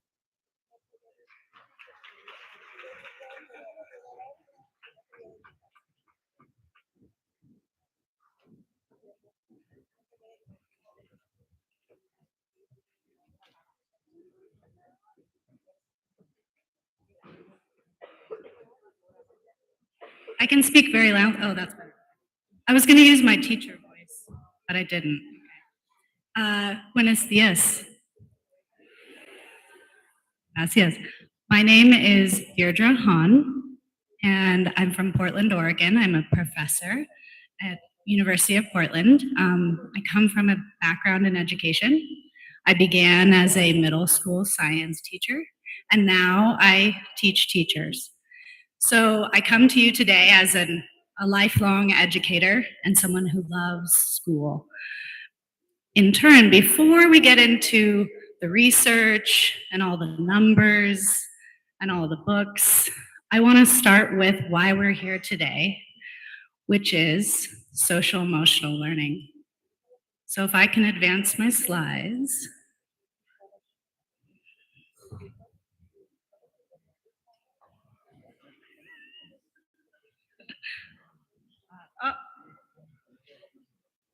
Almost.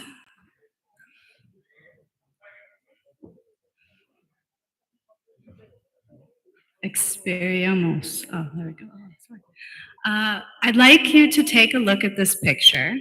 And this is a very favorite activity of my students. And we call them blobs. There's lots of them on the internet.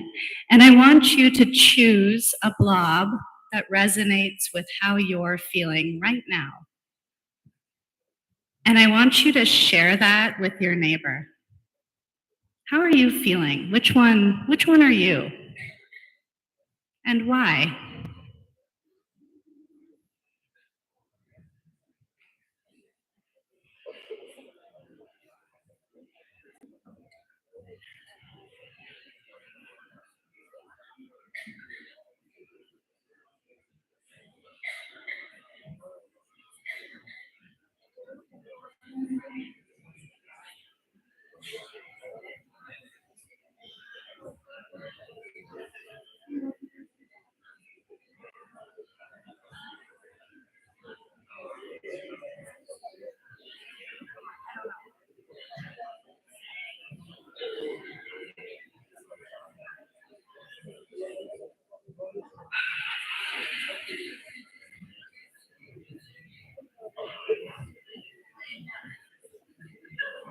Did everybody share with their neighbor? Yes. If I were doing this, I would say I feel like one of the two people up in the top above the goal where they have their hands on each other's shoulders, because when I come to Coahuila, I feel that I'm here with my friends, and I love coming here and seeing my Mexican colleagues and working with them here. So that's how I would identify my blob today. So this activity introduces to you the foundation of social emotional learning. It's about understanding yourself, how you're feeling, communicating that to others, and sharing in community our humanity. And so I use this example because many things that we do in social emotional learning are simple and they're fun. And they're building these muscles that my colleague Rob shared. Very small moments of connection, of connecting with ourselves and with others, are how we build these very complex skills of emotional intelligence. Oh, wrong way. I'm just not winning today. There we go. Okay, can we do one more? Am I doing this wrong?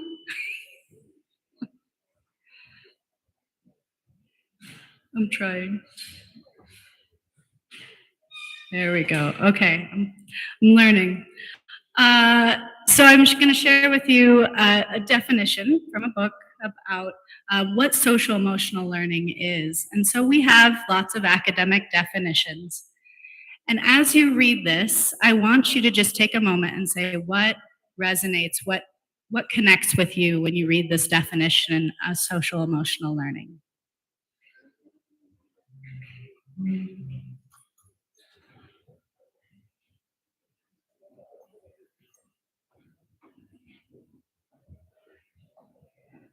Some key components of this definition that I want to point out is first that social and emotional learning is a process. It's not one program, it's not one lesson, it's not one book. It's a process. It's a process that we are all doing all of the time. Another thing that I really like when I think about social emotional learning is that it's about our students and it's about us.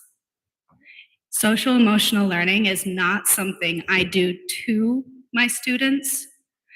It's not something that I tell them to do, that I teach them. It's something I do with my students. It's something that we are all doing together as a process. The idea of building skills around intrapersonal awareness and understanding other people is an ongoing process. And it's for our own development and the development of our community.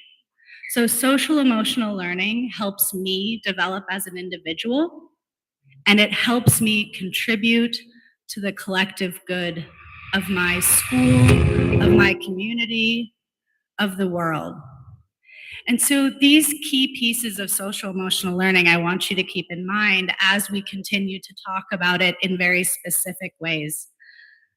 It's about us together learning to be human. Going backwards.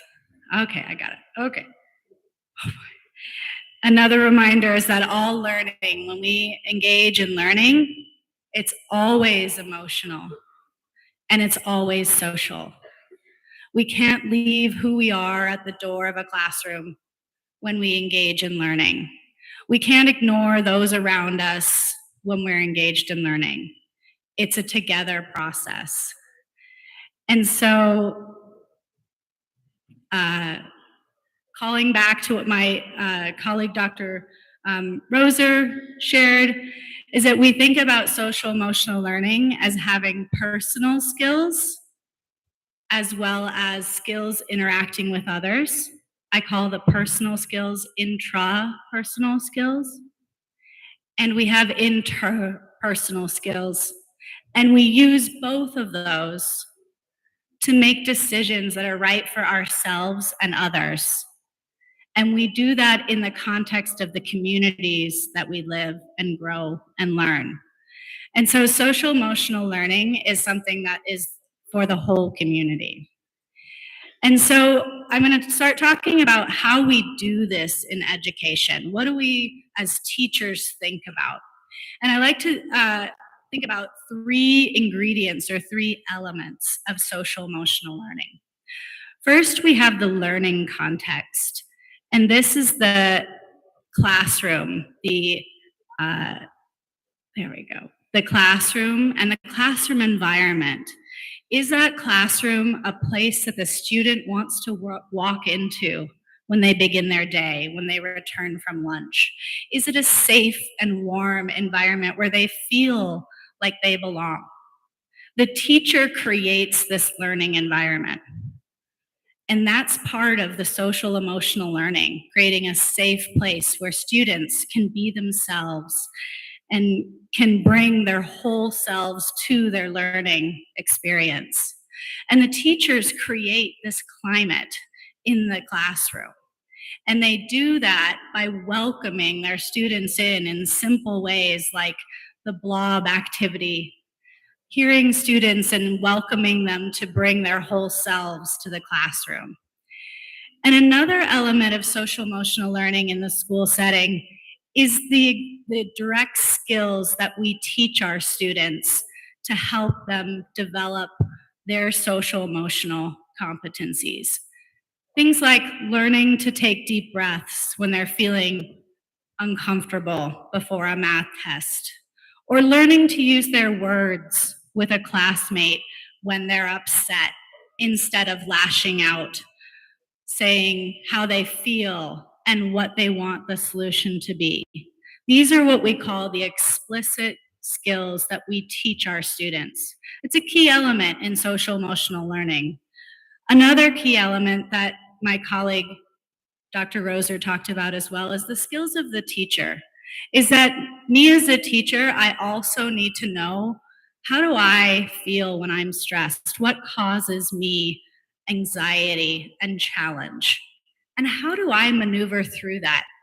How can I be a model for my students about moving through challenge in a way that's good for me and others? And so these three elements of social emotional learning are really the key to cultivating communities of care and safety for our students. And so when we think about this in terms of teacher education, we really need to be working with our pre-service teachers to understand how to do these three things. How do they create the community? How do they teach the explicit skills? And how do they cultivate their own well-being? And so one of the keys we have to remember is that teachers are the center of social emotional learning. They are the ones who are the engines that drive social emotional learning, and that their social emotional learning skills are really the foundation of the whole system working. And so teachers developing their own understanding of social emotional learning is critical to the entire engine. And so we like to think about, how do we do this in teacher education? So my colleagues and I like to think about the fact that in teacher education, we have to help new teachers learn their own social emotional learning skills, and we have to help them learn how to do that in a classroom. And so it's the combination of how to do it with my students and myself learning these skills that are critical to being ready to teach social emotional learning and to cultivate these skills with our students. And in teacher education, the key to this is not the books we read, it's not the research papers that we review. It's about practicing it and experiencing it ourselves. We have to actually engage in this learning if we want to be able to do that with our students. We can't just stand at a podium and tell our students, you need to do this. We need to understand and live these things and model them ourselves, which is why in my introduction activity, I shared with you which blob I identified with. So this reciprocal vulnerability and growth is how we cultivate this among our teachers. So I'm going to share with you now a little bit of research. And the first bit of research I want to share with you is just, why do we want to think about this in pre-service education? I think that my colleague, Dr. Roser, really set the stage for why this is very important to start early. Whether it's with our students or it's with our teachers, instead of trying to teach it later, after people have been in the classroom for 5, 10, 20 years, why not cultivate this understanding and foundation first? And so in teacher preparation, we know that there is a lot that can be done very early on. And we also know that what we do in teacher preparation helps our teachers stay in the field and not leave. And so we also know from a variety of research that teacher preparation is not doing a very good job at preparing our teachers to teach social emotional learning. There was a study done in 2017 in the United States where they reviewed syllabi from teacher education courses at many universities across the United States. And they found that there are key elements of social emotional learning that we are not doing in our teacher preparation. We're doing a pretty good job at helping new teachers learn to cultivate community, but we are not doing a good job at the self-awareness and self-management growth, the personal skills of the teachers. So this study was very revealing and caused a lot of us to say, oh, we need to change and think about what we're doing in teacher preparation. The next 3 slides are going to share with you some large surveys, and I'll summarize that these surveys show that teachers who are new to the field are not ready to teach social emotional learning. They don't feel prepared, but in their programming, they walk into schools and they don't know. In all of these surveys, you'll notice it's many teachers don't feel prepared and they want to be prepared. They want to learn more. And so these studies by Hamilton and Doss and others are really showing us that there are some major gaps in what we're doing in teacher education. And so many of us are asking, how do we change that? We know that it's important in schools. Dr. Roser shared with us 3 decades of research that tell us that social emotional learning positively impacts our students. But what we don't know is how do we infuse that with our teachers? And so we're asking those questions now. And so there are many models. People are trying this work. There are many models in the United States of universities, of teacher preparation programs, saying, well, how do I teach social emotional learning to pre-service teachers? There are many models in programs where there's one course, an elective course in social emotional learning or emotional intelligence. There's many examples of this across the world.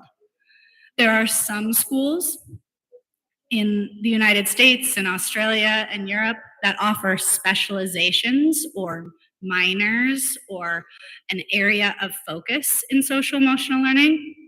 At my university, that's the way that we have it. We have a 3-course series that I teach in our education department, and it's a choice. Not all teacher educators take these courses, but those that want to specialize can take 3 courses and become a specialist. There are very few models in the world where every pre-service teacher gets a foundational understanding and experience with social emotional learning. There's a few examples in Finland.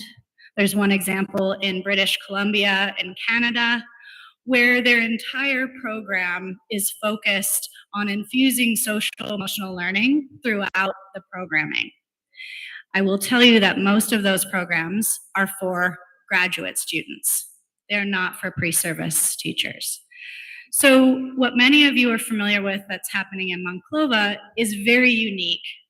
And talking about doing this work in pre-service is really critical, and it's really innovative. Because for my experience in the United States, there are many barriers to teacher education. And we say, we can't add classes, it's too difficult to change what we've been doing, and so therefore, we aren't able to innovate in the same way that you are here. So I want to tell you a little bit about Oregon, because I'm here to share ideas and things.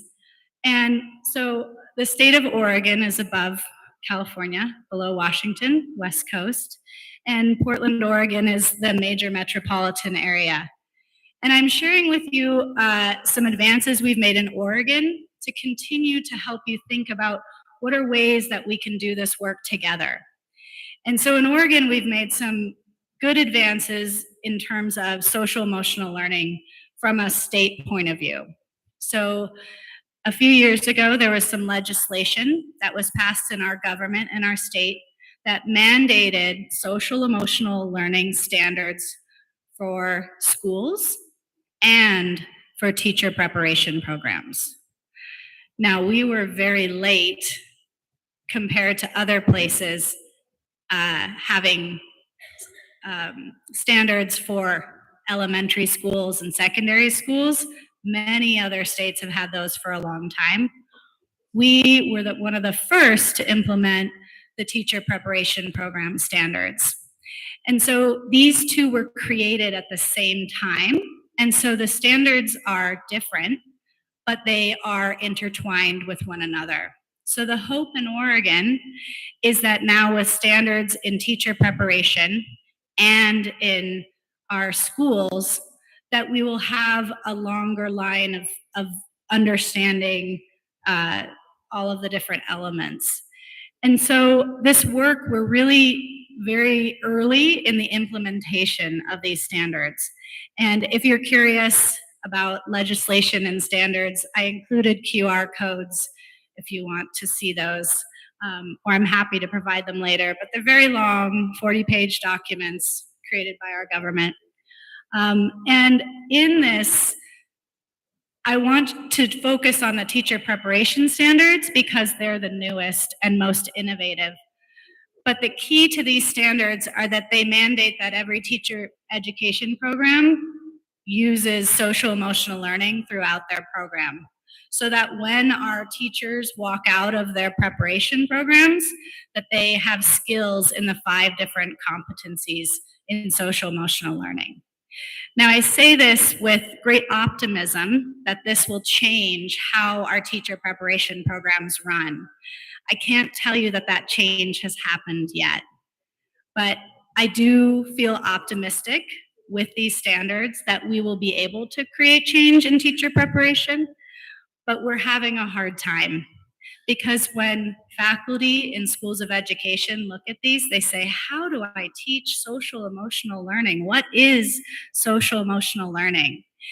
And so we're in the very early stages of helping teacher preparation programs do this work and understand the importance of it, but we haven't gotten very far yet. So a few things that we have done is that we've done a little bit of surveying our students and our programs. So we surveyed all of our different teacher preparation programs and we asked them, what are you already doing in social emotional learning?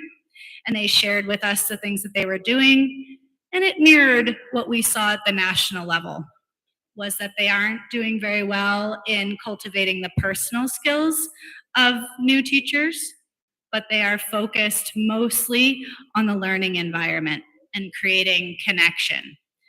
And then we surveyed teachers who recently received their license, so within 5 years of graduating the program, and we asked them, well, do you feel ready to teach social emotional learning?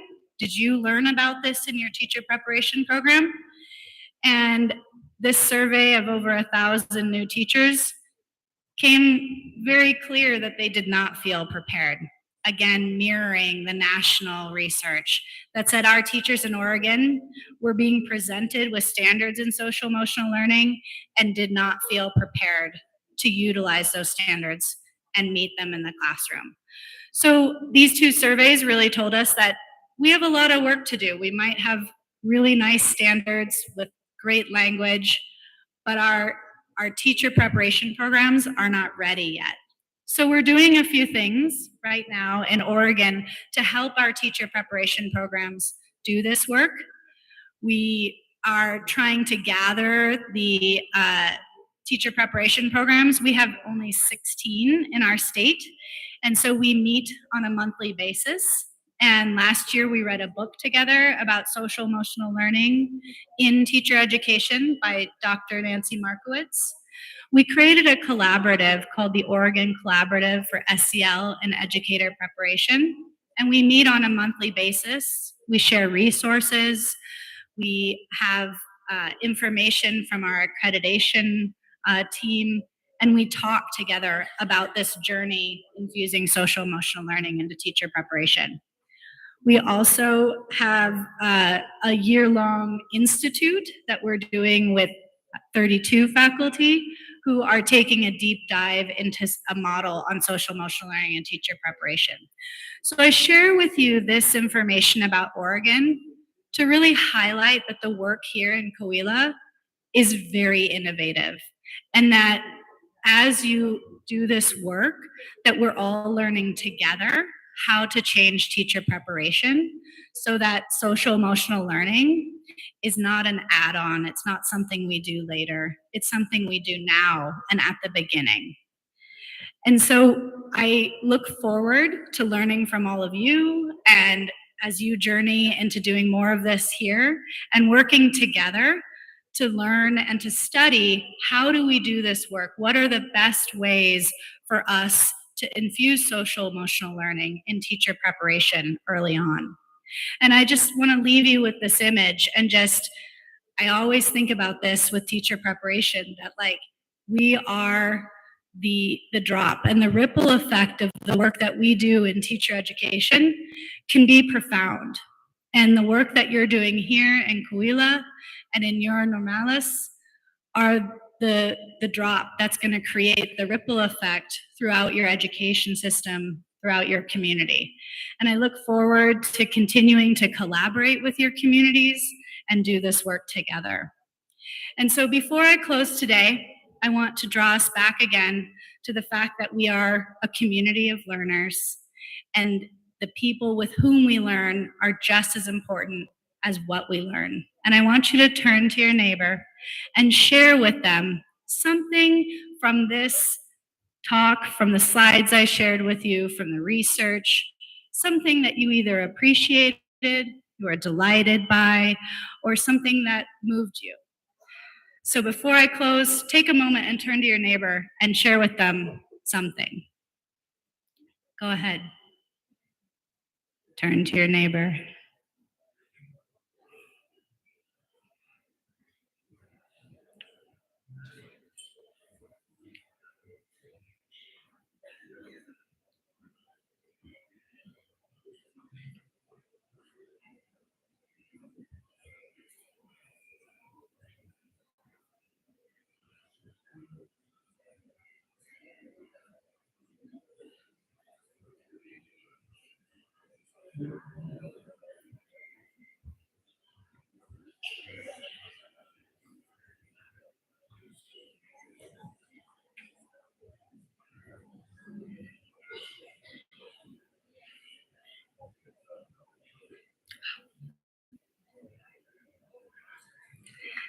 And finally, now that you've shared with your neighbor, I want to thank you for having me here and for doing this work together.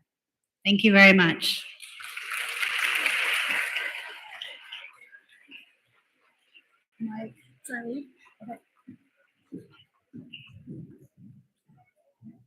Dr. Tenzin, please. Thank you very much, Dr. Han. Gracias, doctora. Y ahora vamos a escuchar al doctor Tenzin Sonan. Adelante. Bienvenido. Welcome.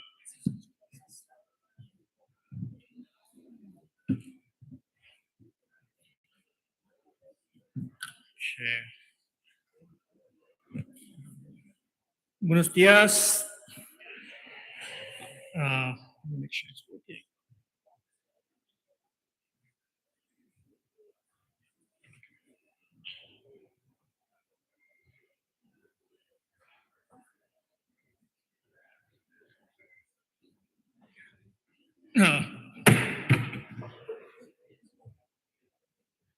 Yeah.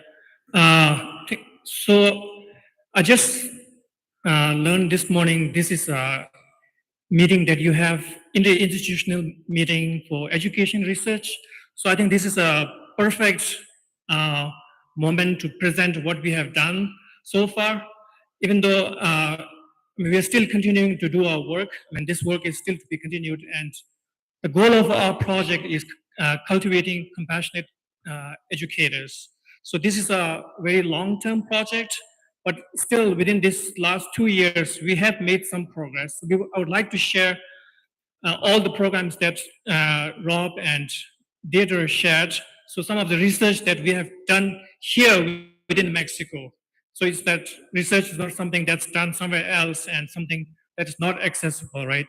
And from my own experience, I think all the teachers who are here, you are also a researcher in some sense, because when all these students, they come to your classroom, I mean, you need to navigate all these different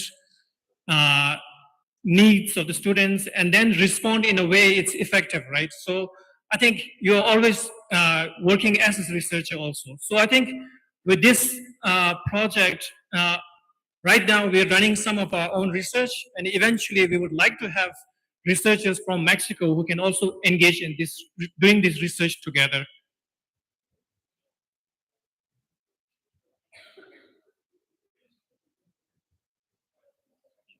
So before I jump into the research, I just want to quickly share what we have done in Mexico.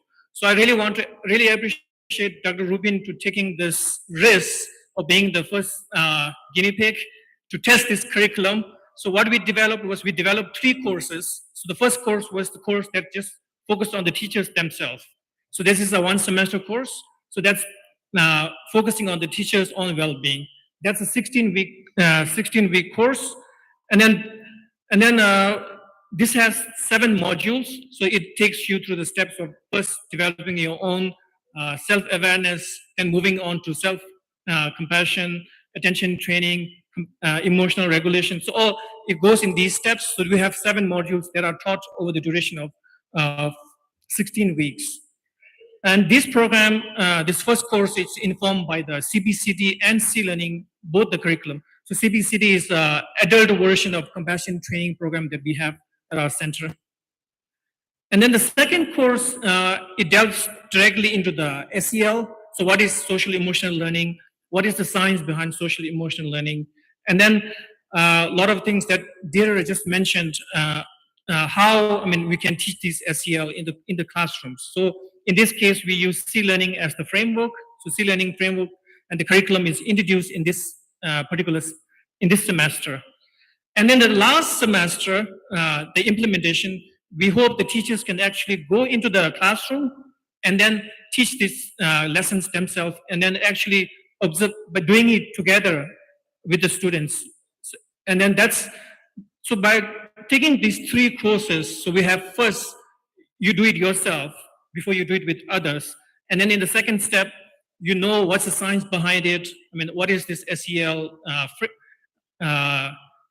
education in general, and then actually doing it in the classroom together with the students. So I think, so our hypothesis is if we can take through these 3 courses, and these pre-service teachers would be very effective in teaching SEL when they graduate and go into the classroom.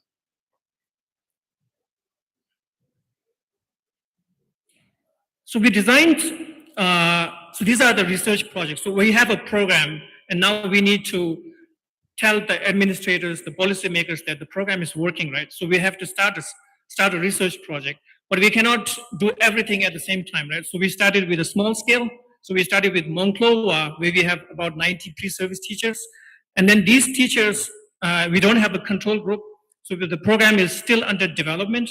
So a lot of the research in the first phase, which started in 2023, is focused on how we can improve the program. And then also looking at, are there some impacts on the teachers? So that's our first phase of research. And now we are in the second phase, where we're bringing this course into other teacher colleges.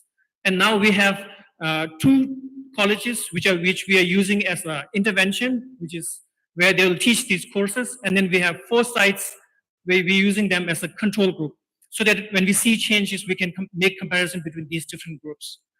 And then the last project, that's very important. We're spreading this program to all the teacher colleges, but how are we going to support these teachers, right? How are we going to train the trainers? How are we going to train the professors who will be teaching these courses? So for that, C-Learning Mexico colleagues, they ran a CBCD for about 200 professors and administrators. And from them, they selected 60 of them who are further trained into the facilitated training in C-Learning. And then those individuals who are in that training, they'll eventually go out and teach these 3 courses that we have developed. So that eventually, when C-Learning Mexico leaves, we have a sustainable program here that is research-based, and so that it can be taken to the students for a long-term impact.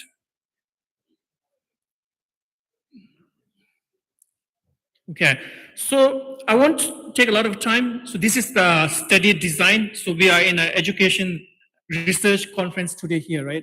So what we have in the yellow boxes are things that we're doing with the pre-service teachers. So we have these learning opportunities. So we have these learning experiences from C-learning that are taught to the teachers. And then also, it's not the professors just teaching this, they are doing it together with the pre-service teachers. So maintaining the classroom climate that is kind, that is mindful. And then also, we ensure that the instructor also have this expertise to teach these courses. And then we looked at, in the green box, it's implementation. So we collected implementation feedback from the teachers as well as the students at the end of the course. And then for the proximal outcomes, so these are like the short-term outcomes that we're looking at.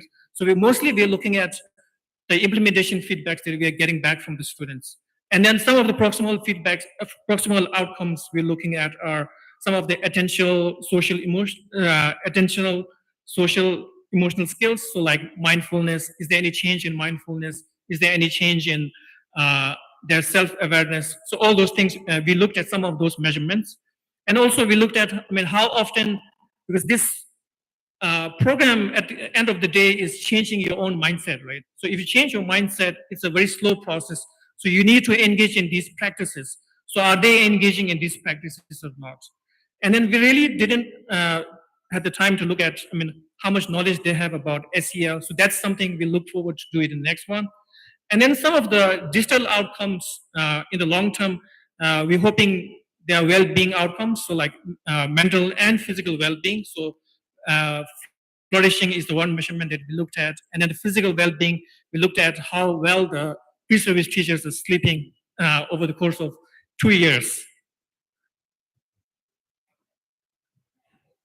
So I want to share just briefly 2 quotes, one from a professor who is teaching the course and one from a student who actually been through the course.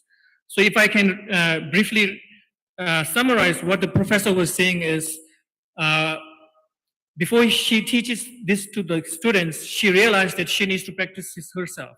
So that's why she tries to engage in these practices as often as she could.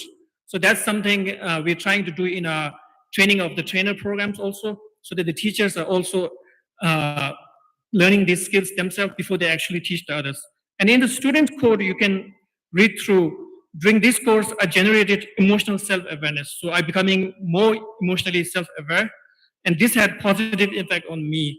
So this helped me self-regulate myself, and also this helped me how I can be more resilient when I'm in a negative situations. So these are some anecdotes that we collected from the students. And then we looked at, after each module, we asked, how they experienced the course, each module. So we collected weekly module feedback. We asked them, how well the modules are organized, how are they able to make personal connection to the modules, is instructor a good role model? So we asked all these, and then also some feedback on the elements of the program, of the module itself. So we collected this over the whole semester, and overall, I think most of the student teachers are satisfied with this course. But we have few rooms that are highlighted in red where we can improve. So maybe classroom climate needs further improvement. So like the connection between the professor and the teacher needs to build more on that level. So these are some implementation data that we collected. And then at the end of the semester, we asked, how valuable do you see the courses to yourself? Overall, it's rated very highly, more than 4 points. So how satisfied you are with the course? What was the quality of the instructor? How was the course impacted on you on a personal level? And then how was the group setting? So maybe the group setting has the lowest score. So maybe that's something we need to continue to work on as we train our professors as well. And then we asked the students, would they recommend this course to others? And overwhelmingly, like 90% said, they would recommend these to others. And they think they will recommend this to other teachers also, and they believe this should be something that's mandatory in all the pre-service teachers. So that's overwhelmingly supporting the course that we taught in 2023 fall. This is the first course that we taught, and the feedbacks that I shared are on the first course. And then, so here are some proximal outcomes. So we measured how frequently they do the practices that we teach in our curriculum. So overall, by the end of the semester, there's a huge shift in the practices that students are engaging in. Some of the most common practices are breath awareness they engage in, and then practice of self-compassion. But overall, I mean, there seems to be a decline in yoga practice. So maybe this is bad news for the yoga teachers in Monclova. But again, I think we need both physical and mental training here.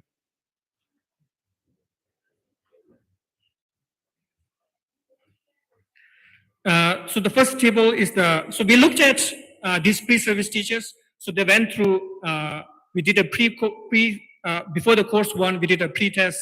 After course one, we did a post-test. And then so we collected data over a period of 2 years, 2.5 years, basically. So as you can see, we have the first semester, then we have a break, and then we have a second semester. So overall, with regards to practice, I mean, during the first semester, I mean, there's a huge increase in the practice, but then during the second semester, there was a decline. I mean, it kind of maintained through the semester. So maybe we need to work on, I mean, how we can bring elements of practices in the second semester as well. And then if you look at the mindfulness, mindful awareness, so this measurement includes, I mean, how you're observing your emotions, how you are are you able to describe your emotions? Are you able to be non-judgmental when you are in a difficult situation or when you're in a negative environment? So all these measurements are included in this mindful awareness. So we are pretty happy that this continued on in the second semester, even though, I mean, statistically it's like a moderate effect size, but still it's on the right track. And then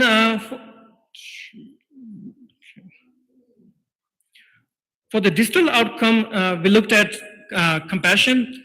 We put compassion in the long term because I think before you actually like fully embody compassion, I think there are a lot of skills that needs to be cultivated. So like mindfulness, all these smaller steps that we need to take, the attention training, mindfulness, emotional regulation, emotional awareness. So all these steps are working towards compassion. So we put compassion in the digital outcomes.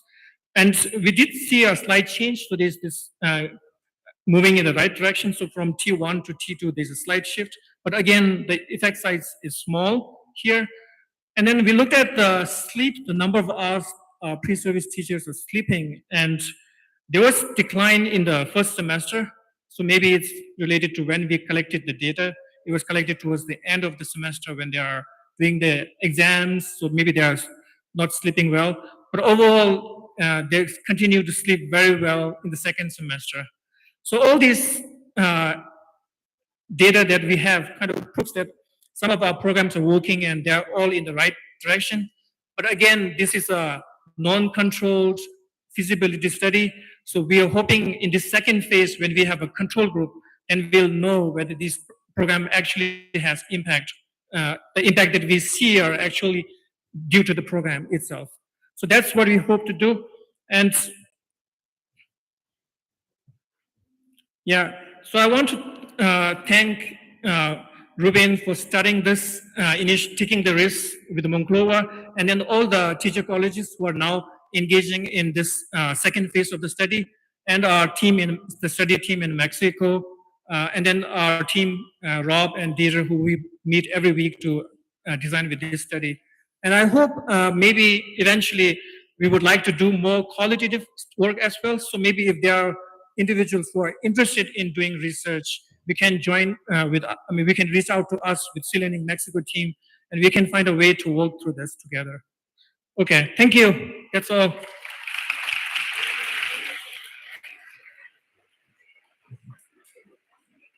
Yeah. One last thing I want to share. Deirdre mentioned this. I mean, what we're doing here is new. We're not able to do this in the US, and it's becoming a model. And in the fall this year, we're doing the same course in Taiwan.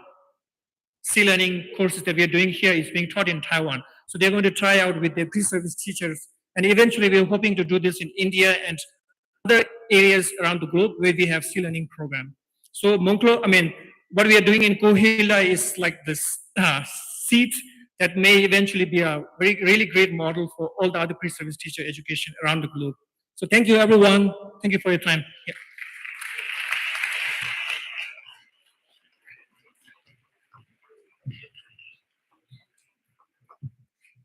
Agradecemos la excelente participación de nuestros conferencistas, la doctora Hon, el doctor Sonan, y ahora nuestras autoridades tendrán a bien entregar un reconocimiento por su participación en esta mañana.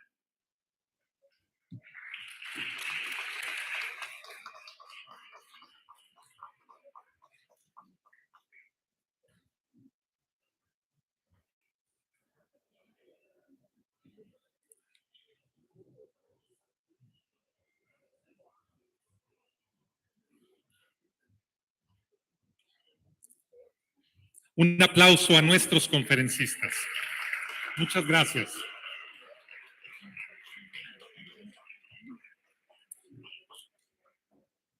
En vista de que hay muchas inquietudes, muchas preguntas, queremos poner a su disposición la página oficial del ENIIE, donde se van a subir esas preguntas y nuestros conferencistas tendrán a bien darles respuesta.